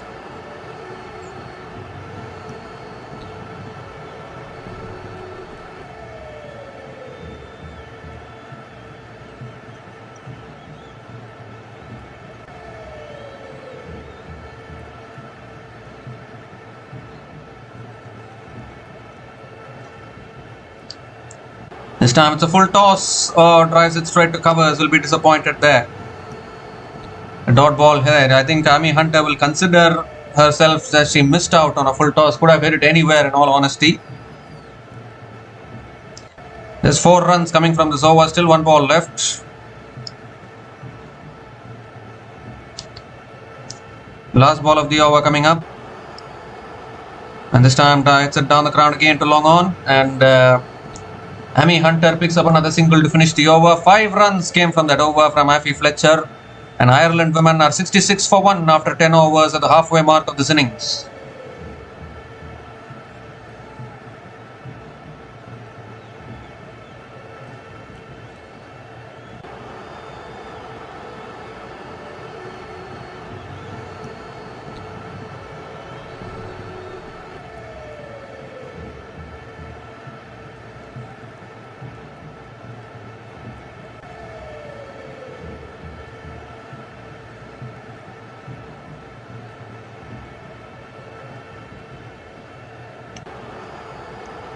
So 63 needed to win in the last 10 overs for Ireland women. And it's going to be Hayley Matthews who's back into the attack. She has the knack of picking up wickets. She's into her 3rd over. Amy Hunter is going to be on strike.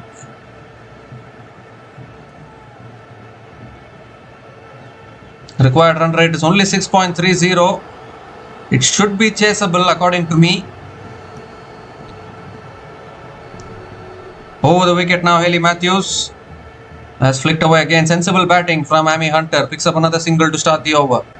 I mean, this is how you need to approach equations like this. You should not panic because it is under control. The required run rate is under control. Why unnecessarily panic? So what if you are an associate nation? If you are an associate nation, has anyone framed any rule? Has anyone put any rule that you should not chase down 120 or 130 against a big team? Not like that, isn't it? You need to play sensible cricket. That's played away beautifully again. It's in the gap. They're going to push for 2, I think. They're going to come back for 3, in fact. And they will get 3. Excellent running between the wickets. This is how you need to bat. This is how you need to chase down these 120 scores. 3 runs for Orla Prendergast. And I think Ireland have this in control, you would think. This could be a huge moment for Ireland if they can win this game and give a lifeline to New Zealand tomorrow. I mean, not tomorrow. New Zealand are playing after this against England. If New Zealand wins that game, they will be through to the semi-final. Out of absolutely nowhere, they will be through. They lost to West Indies and Sri Lanka in their first 2 games. And they will get a lifeline if Ireland wins this. Goes for a sweep here. Amy Hunter towards deep mid wicket. Picks up another single.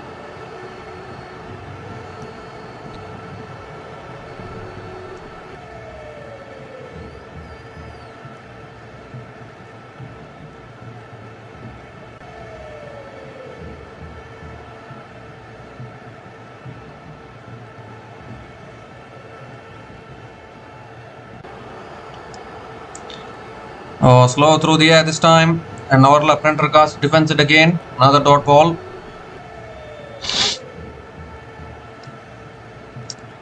Because West Indies net run rate is below New Zealand. The good thing that New Zealand women did was they didn't lose they lost both their games. They lost both their opening games, but they didn't lose it by a big margin.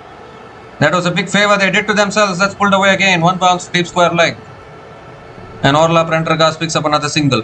Because if New Zealand had lost both their opening games by a big margin, then they would have been out now. But because they lost only by a small margin, they only need Ireland to win this. And they will have their fate in their own hands. But obviously it is understandable that beating England women is a very, very tough ask in itself. But if they do it, then they deserve to qualify for the semi-final. That's punched again. towards point, another dot ball to finish the over. So 6 runs came from that over from Hayley Matthews, and Ireland women are 72 for 1 after 11 overs.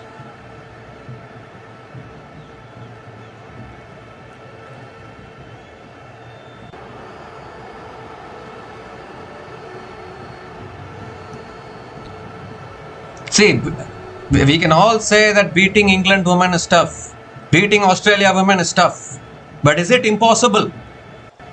Is it impossible to defeat them? No, it's not. It is tough, but it is not impossible.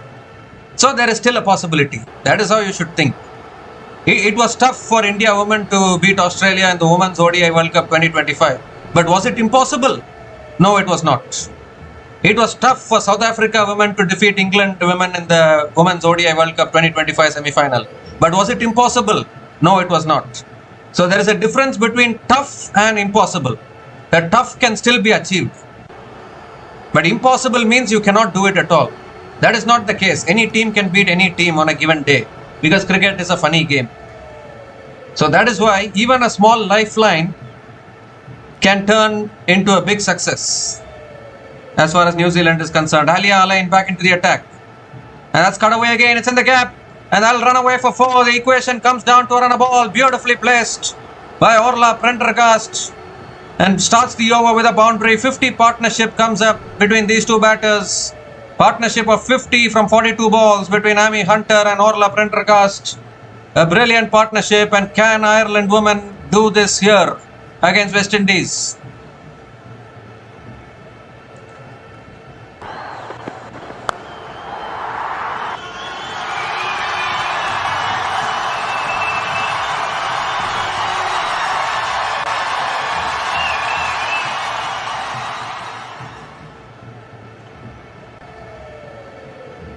This time nice and full, and Orla Prendergast takes it back to the bowler.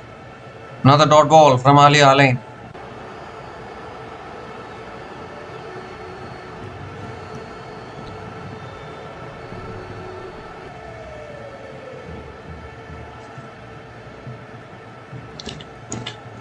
A 53 needed from 52 balls. Surely I think Ireland have this in control, or should be having this in control, unless there's any twists in their tail.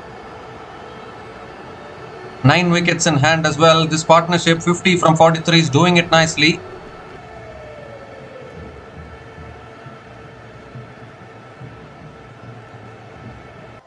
This time it's full again, driven down straight to the fielder. Another dot ball from Alia Alain. And New Zealand watching this. Ireland are not hammering West Indies, so I think Sri Lanka women will be eliminated after this game, because Ireland winning this game in itself will be an achievement, but Sri Lanka need a hammering, which has not happened. So Sri Lanka can't make it to the semi-final, that is for sure. It will only be New Zealand or West Indies. Oh, again it's gone off the pads. Another dot ball, full and on the pads again from Alia Alain.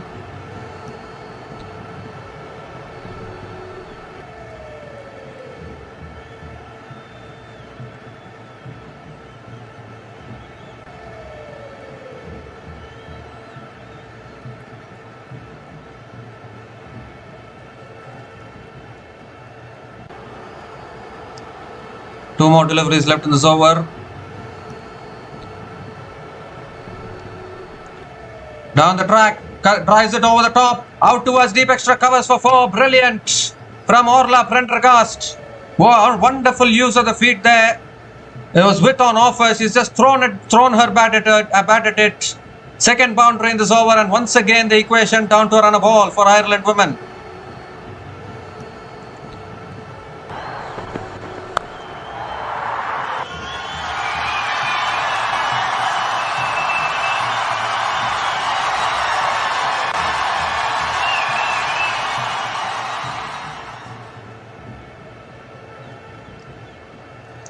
Last ball of the over. Oh, that's a good Yorker, flicked away straight to the fielder. Another dot ball to finish the over. So 8 runs came from that over from Alia Alain. Ireland women in a commanding position as of now. 80 for 1 after 12 overs.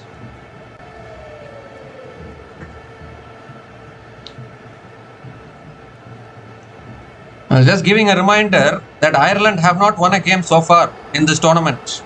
They have played 4 and they have lost all 4, including even against Scotland. They couldn't win. Scotland women defeated Ireland women, so Ireland women are still winless in this tournament. And how about getting a win against former champions West Indies and signing off on a high from this tournament?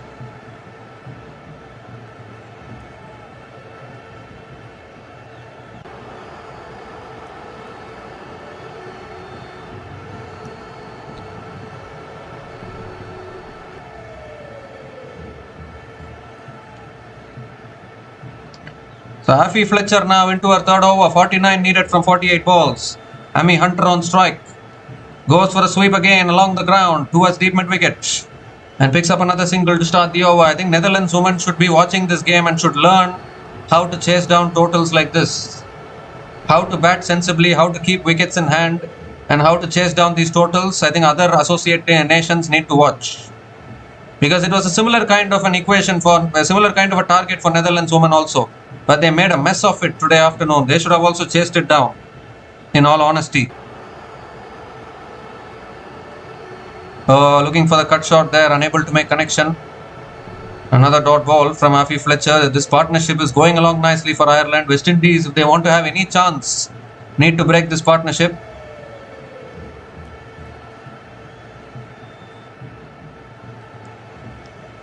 That's pulled away leg side. Deep mid wicket. Deep mid wicket. There's no one there at deep mid wicket. That's runs away for 4. I was searching where is the fielder at deep mid wicket. Well, there were empty spaces there, and Orla Prendergast picks up another boundary. I think this is Ireland's game. He come under a runner ball now. Surely this has to be Ireland's day, you would think.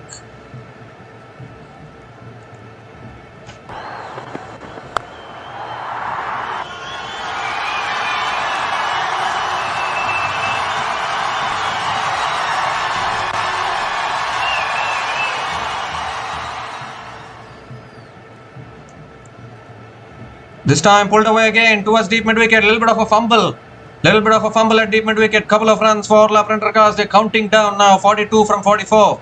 Now the only thing which Ireland batters need to keep in their mind is don't lose 10 wickets. Simple as that. There's no pressure of the required run rate. Don't lose 10 wickets. You have 9 wickets in hand. Don't lose the wickets. You just continue to bat. Bat the full 20 overs and lose if you want, but don't lose wickets. That is what Ireland should keep in mind. That's driven again. Straight to covers. And another single for Orla Prendergast.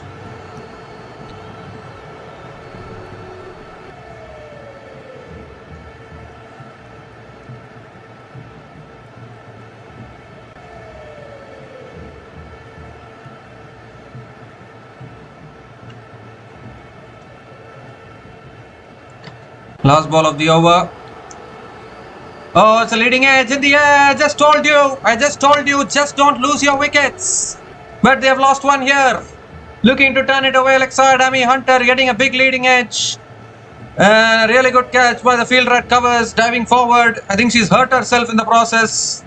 But she's taken the catch and the partnership has been broken. And is there a slight opening for West Indies here? Still the equation requirement is under a runner ball. But they have got the breakthrough that they were looking for quite a long time now. Was looking to play the big shot, I think.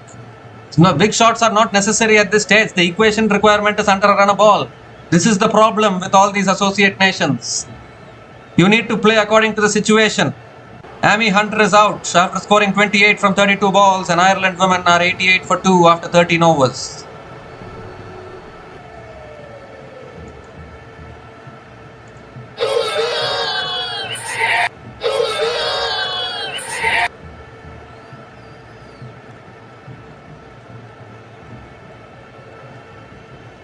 But still the game is in control, you would think, for Ireland. Rebecca Stockwell is a new batter to the crease, coming in at number 4. A sensational partnership has been broken. Orla Prendergast is still there, 46 from 35 balls. Rebecca Stockwell can also bat. She can also hit boundaries. But now the only thing should be to just keep your wickets in hand. You just stretch the game till 20 overs if you are panicking. I know about these associate nations. They always panic in these kind of situations. Just stretch the game. Even if you want, even if you need 3 runs to win in the last over, even if you need 4 runs to win in the last over, the game is in control in the run chase.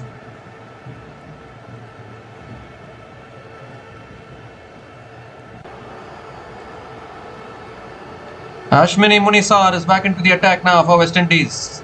West Indies looking to pick up more wickets. Only wickets can do anything for them because it's under a run of ball, this equation.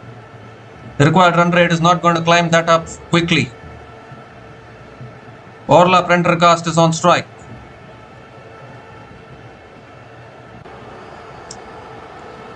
Shot this time, pulled away again. It's in the gap again for 4. Orla Prendergast playing a match-winning innings here, you would think. Half century for Orla Prendergast, 50 from 36 balls with 7 boundaries and 1 maximum at a strike rate of 138.89. Could be the most crucial innings she has ever played in a Women's T20 World Cup. And it brings the equation further down. Just 37 more needed now. Can Ireland get over the line here?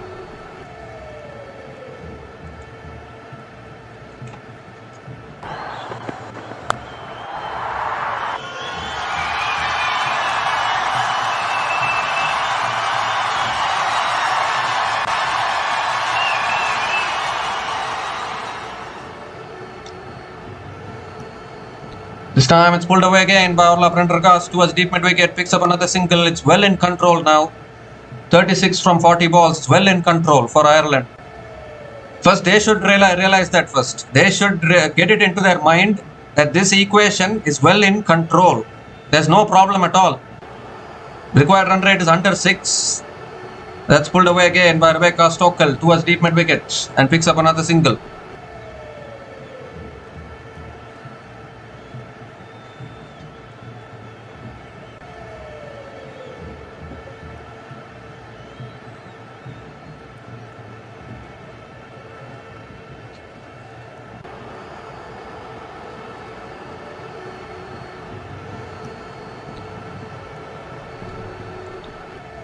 Short and wide, cut away again, it's found the gap.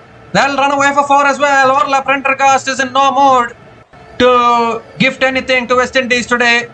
She is in the mood to finish it off.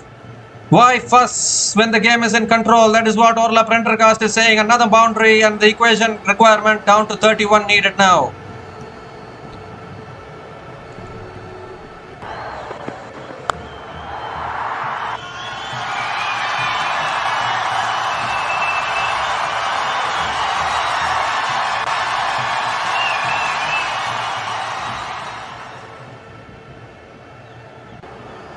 This time again it's tossed up and Orla Prendergast sits it down to long off and picks up another single.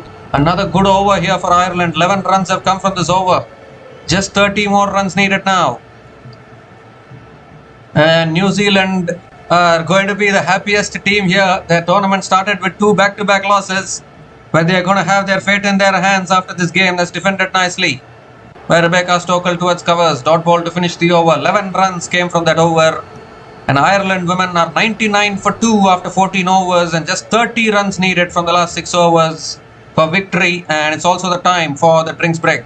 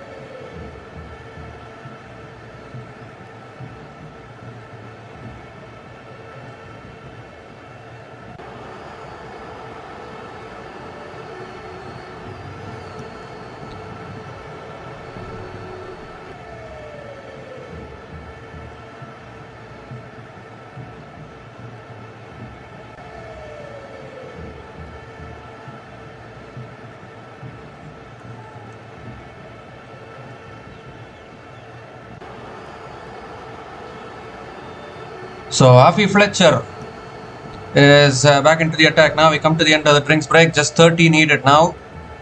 Orla Prendergast on strike starts with a dot ball. Afi Fletcher.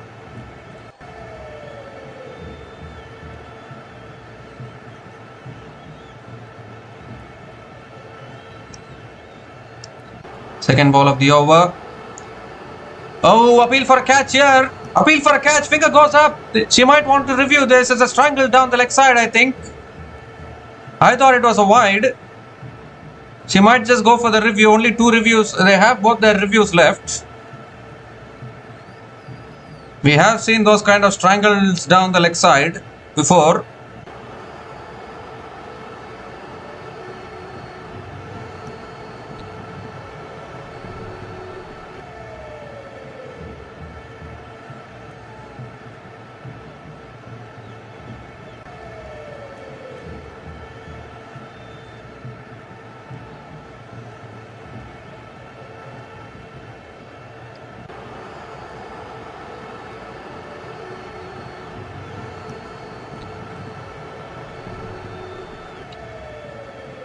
Well, they are going to go upstairs, I think.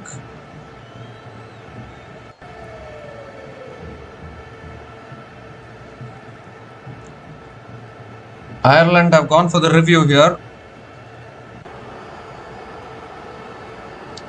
West Indies need this wicket badly because the match is slipping away from them. The equation requirement is well under a run ball for Ireland. It's not slightly under a run ball, it's well under a run ball. It will need some ultimate choking if Ireland are to lose from here.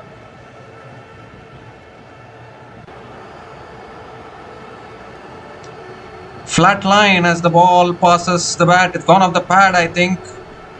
It's gone off the pad. It's gone off the pad. It's a successful review for Orla Prendergast. It's not going to be out. It's not going to be out. She's going to continue. That is a big news for Ireland. Just 30 needed. It's gone off the pad through to the keeper. It will be a dot ball, but more importantly, they have not lost a wicket. That is the important thing at this stage. And now goes big. Goes very, very big. It's all the way for 6. That is a massive stroke from Orla Prendergast. Well, I was thinking whether I'm in an illusionary state or whether this is really happening, whether Ireland is able to defeat West Indies. It looks like it is really happening now. 100 comes up for Ireland women in 14.3 overs and now just 24 away from history and keeping New Zealand alive in this tournament.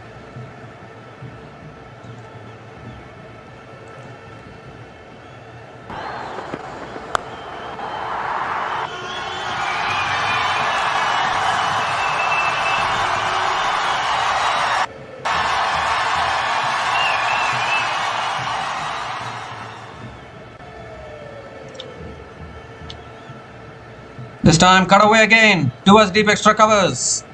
Orla Prendergast picks up the single. She wants to, but she can't get it. Has to settle for the single, but that's enough. That's enough. That's good enough. Required run rate 4.31. This should be manageable. Ireland have this in their control. This is going to be a big moment for them. We saw yesterday Ireland defeated India in a men's T20 international yesterday for the very first time. And now here the Ireland women's team are about to create history as well in a women's T20 World Cup. Biggest of stages. This is going to be huge as far as Ireland women are concerned.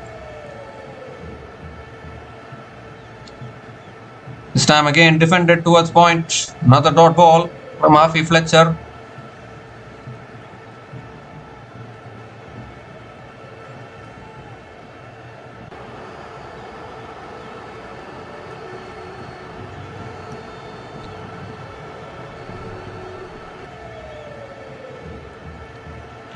Last ball of the over is tossed up again and Rebecca Stokel comes down the wicket, hits it down the ground to long on and picks up another single to finish the over. 8 runs came from that over from Afi Fletcher and Ireland women are 107 for 2 after 15 overs, just 22 more needed from the last 5 overs. They have all the time in the world to get these 22 runs.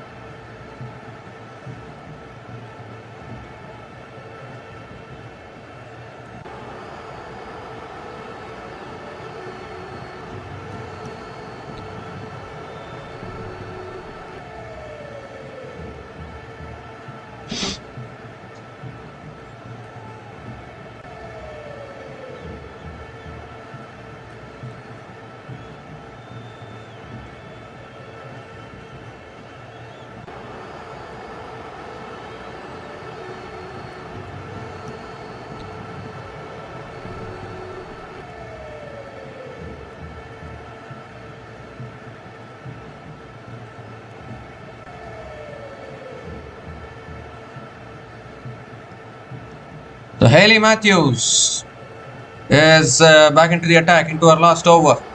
Prendergast drives it towards covers and picks up another single to start the over.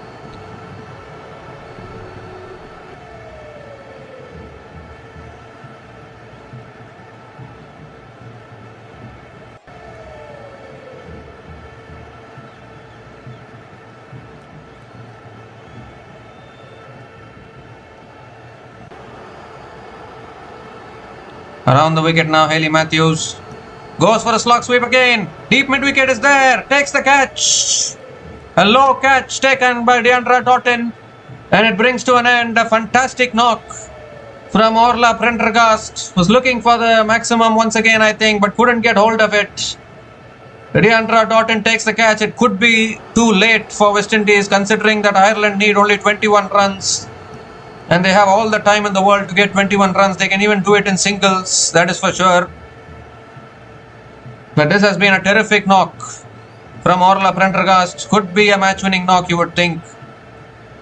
Hayley Matthews breaks the partnership. Orla Prendergast is gone after scoring 63 from 44 balls. The entire crowd is applauding the knock.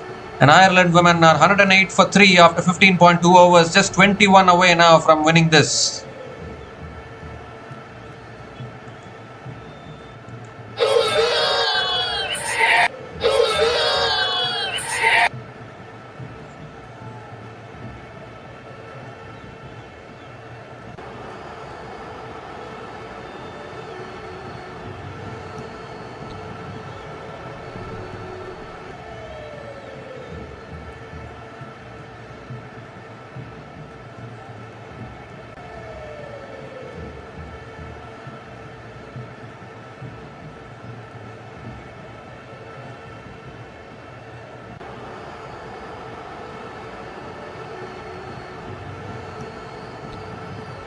So Leah Paul is the new batter to the crease, coming in at number 5 for Ireland. Just 21 more needed now for Ireland women.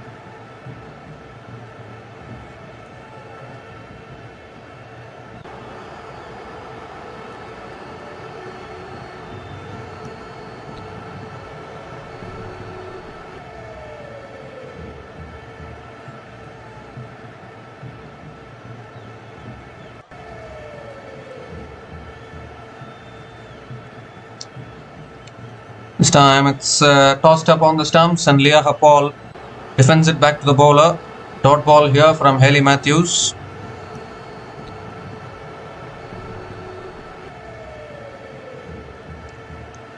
.21 needed from 27 balls.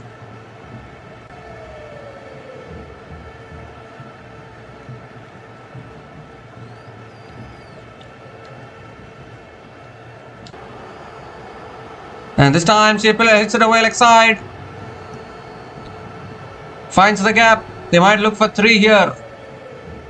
And she will get 3. 3 runs for Leah Paul to get off the mark.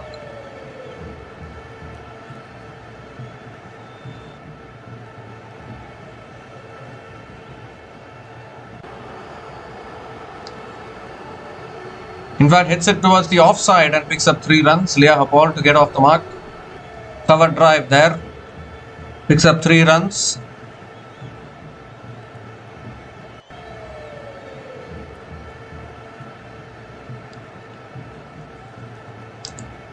So Rebecca Stokel back on strike.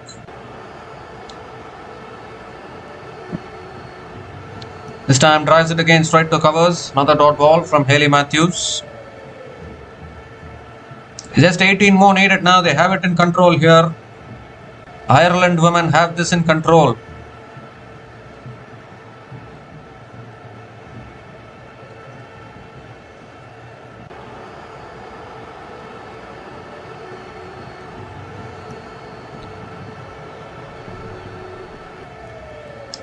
Last ball of the over coming up.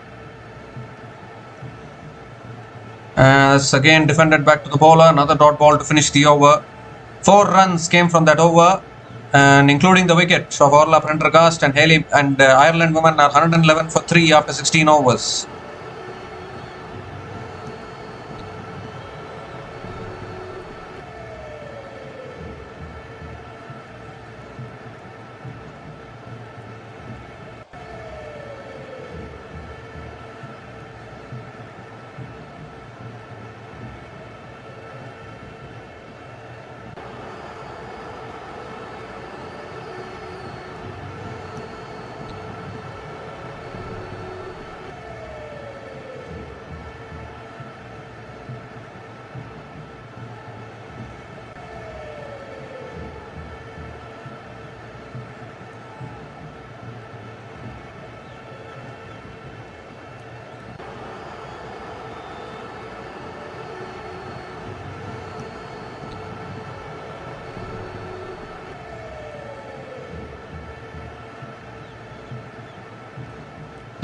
Ashwini Munisar is into her last over. That's on the pads again, and Leah Hapal flicks it towards deep mid wicket and picks up another single to start the over.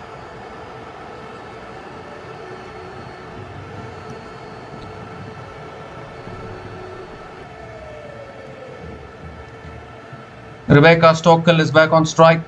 Only 17 needed now for Ireland.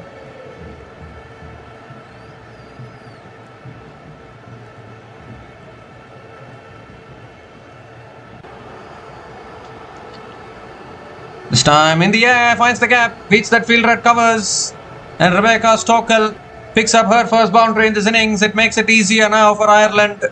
Beautiful use of the feet, beating that fielder at covers. And now just 13 more needed now. Ireland women are surely winning this from here, that is for sure.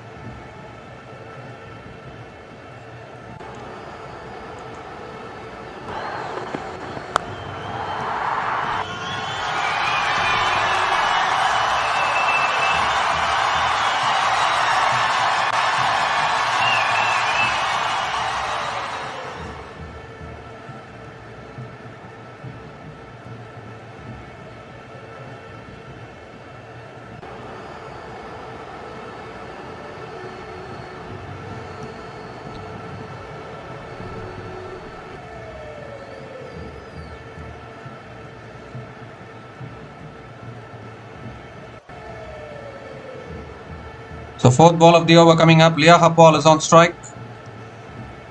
In the air and it's taken at mid-off. Leah Hapal holds out at mid-off. Ashwini Munisar gets the wicket. It's all looking too late for West Indies, but they've got the breakthrough.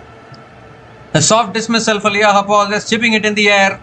Simply done, simply taken at mid-off. Fourth wicket goes down for Ireland, but they're still very much in control of this. Just 12 runs away from winning this game. Just should not panic at this stage now, Ireland women. But this equation is too much in control to panic and make mistakes, that is for sure. Leah Hapal is out for a run of ball 4. Ireland women 117 for 4 after 16.4 overs.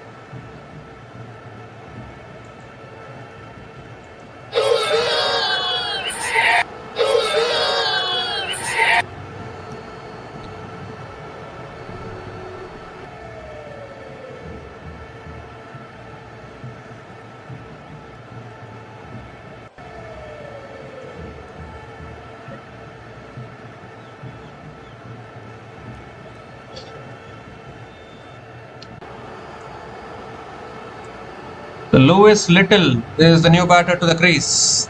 Coming in at number 6. 2 more deliveries left in this over.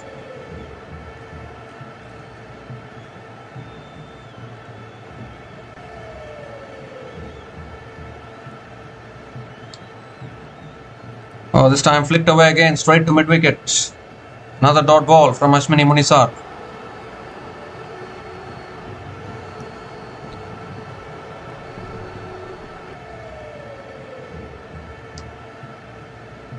Last ball of the over coming up.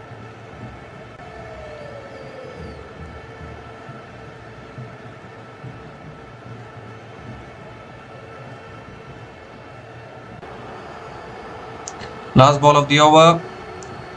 Oh, looking to flick it away again. Appeal for LBW, that's throwing down the leg side big time. So it won't be out. It won't be out at all. It will be not out. They're wanting to go for the review or what?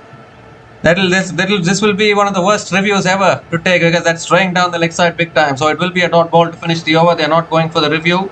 6 runs came from that over, including the wicket of Leah Hapal. And Ireland women are now 117 for 4 after 17 overs. Just 12 runs needed from the last 3 overs for victory.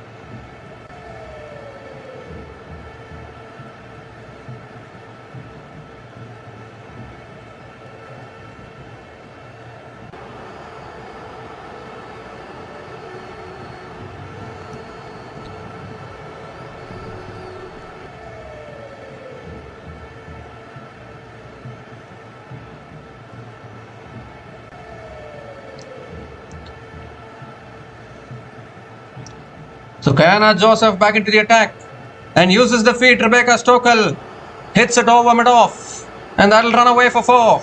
Brings the equation requirement down to single digits now. Beautiful use of the feet there. Again starts the over with a boundary. Just 8 away now. New Zealand are going to stay alive in this tournament. Can you believe it?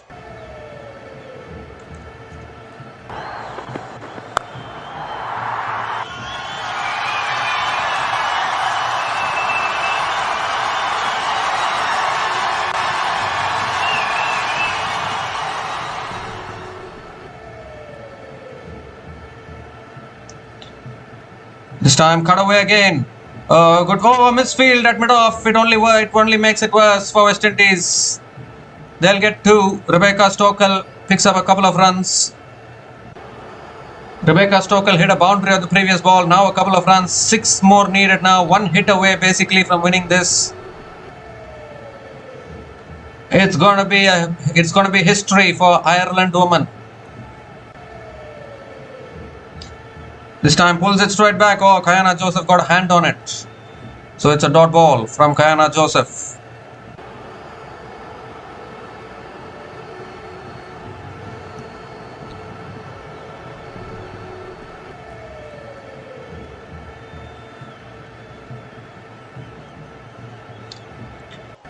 This time pulled away leg side towards deep mid wicket. Coming back for 2 again. And they will get 2. They will get 2. Counting down now basically counting the target down in reverse. Just 4 more runs needed now. It's only a matter of when they are going to finish this, because it's going to be Ireland who are winning this surely.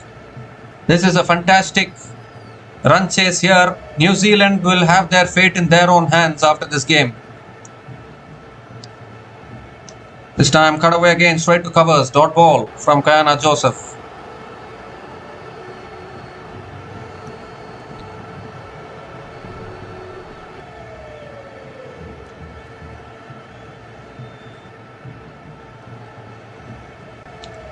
Last ball of the over. Tossed up again, driven straight to covers. Dot ball to finish the over, so they just have to wait a little bit more, you would think. 8 runs came from that over from Kayana Joseph, and Ireland women are 125 for 4 after 18 overs. Just 4 more runs needed for victory in the last 2 overs.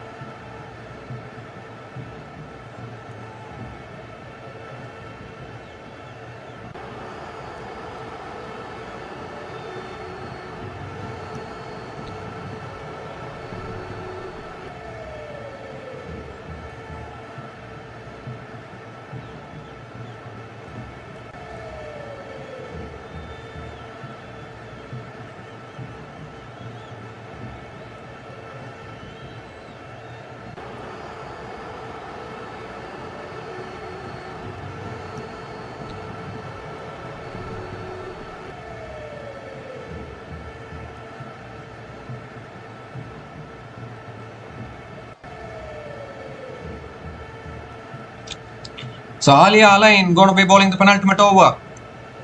Lewis Little swings it away leg side. It's past mid on. And that'll run away for 4. That is it. Game over. Ireland women have created history here in Women's T20 World Cup 2026. They have defeated the 2016 champions West Indies women here in Bristol.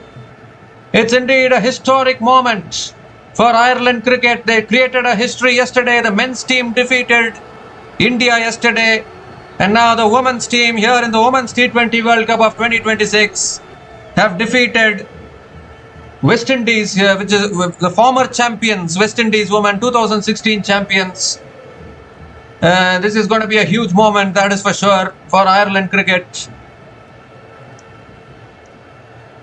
And it also, by virtue of this win from Ireland women, New Zealand women stay alive in this tournament. They live to fight at least another few hours in this tournament. Because now, if New Zealand women defeats England, then New Zealand will qualify, West Indies will be eliminated. That is a simple equation now from that particular group. And what a run chase, what a performance this has been from Ireland women. They have always, in recent times in some bilateral series against big teams, they have really performed well.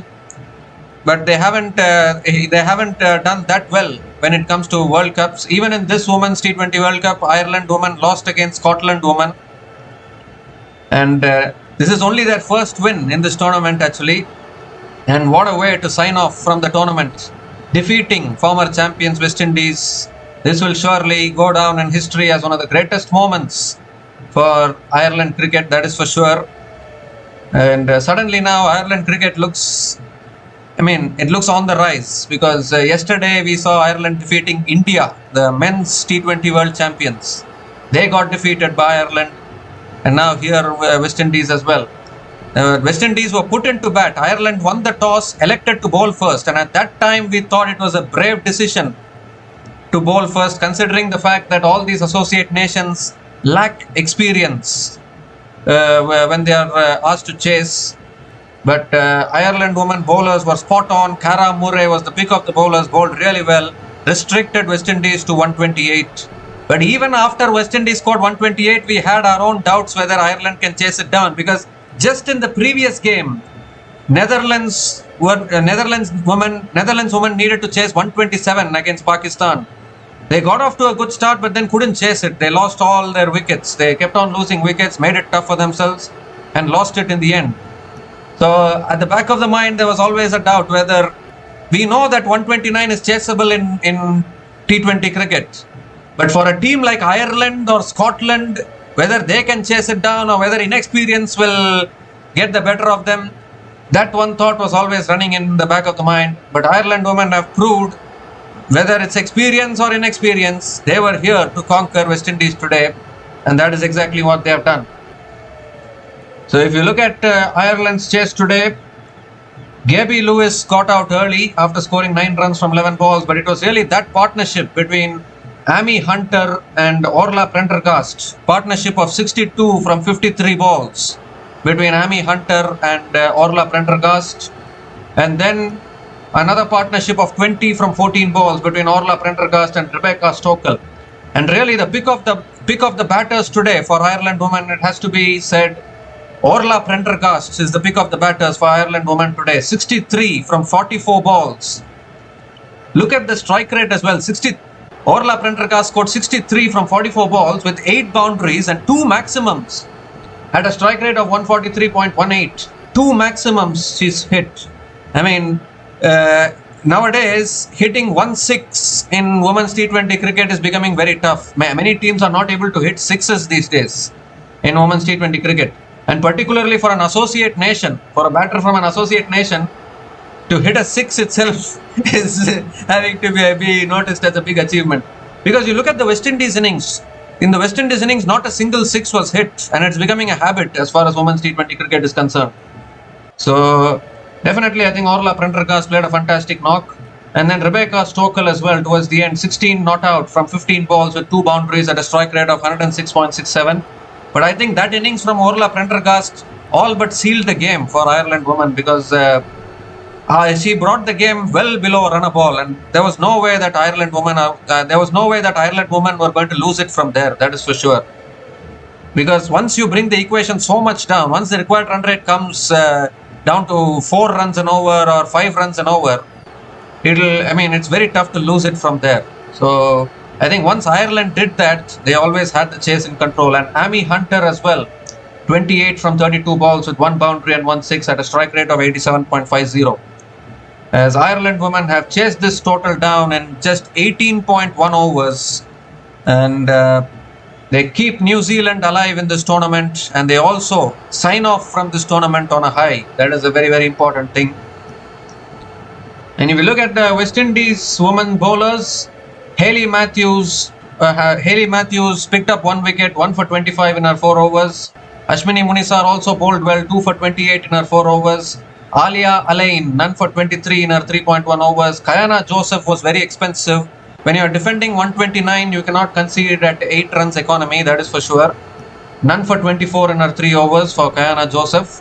And Afi Fletcher as well, 1 for 29 in her 4 overs. So Ireland women winning this game by 6 wickets and defeating the 2016 champions West Indies. And Ireland women indeed sign off from this tournament on a high. New Zealand women have their fate in their own hands because New Zealand have a better net run rate than West Indies. If New Zealand beats England, New Zealand will qualify for the semi-final. West Indies will be eliminated. So now West Indies are the team that will have to pray for England to defeat New Zealand, because only then West Indies can progress through to the semi-final. But with this, now with this result, Sri Lanka women have been officially eliminated from this tournament because Sri Lanka's net run rate has gone into the negatives and they cannot make it to the semi-final. So Sri Lanka are officially eliminated. It will only be between New Zealand or West Indies. New Zealand have a very tough task on their hands. It is tough, but it is not impossible. If they defeat England, then New Zealand qualifies. So that is what is the scenario for the final match in this group. So a fantastic win for Ireland women.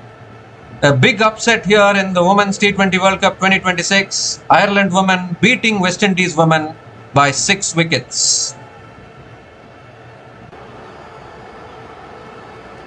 So we'll be back again to cover the future matches of the ICC Women's T20 World Cup 2026. In fact, tomorrow is the last day of the group stage. There's another big game coming up between India and Australia. So we'll be covering those matches as well. So until we come back again, please like, share and subscribe to our channel Runs and Views. Take care guys. Cheers and good night.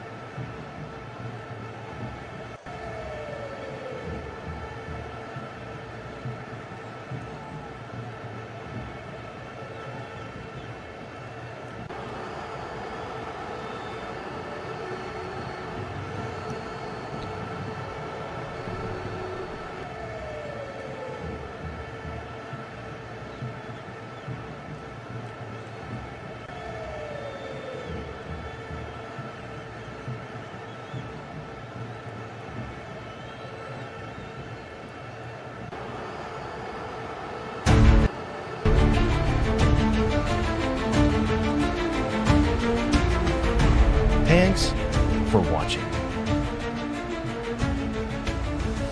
Please like, subscribe, and share.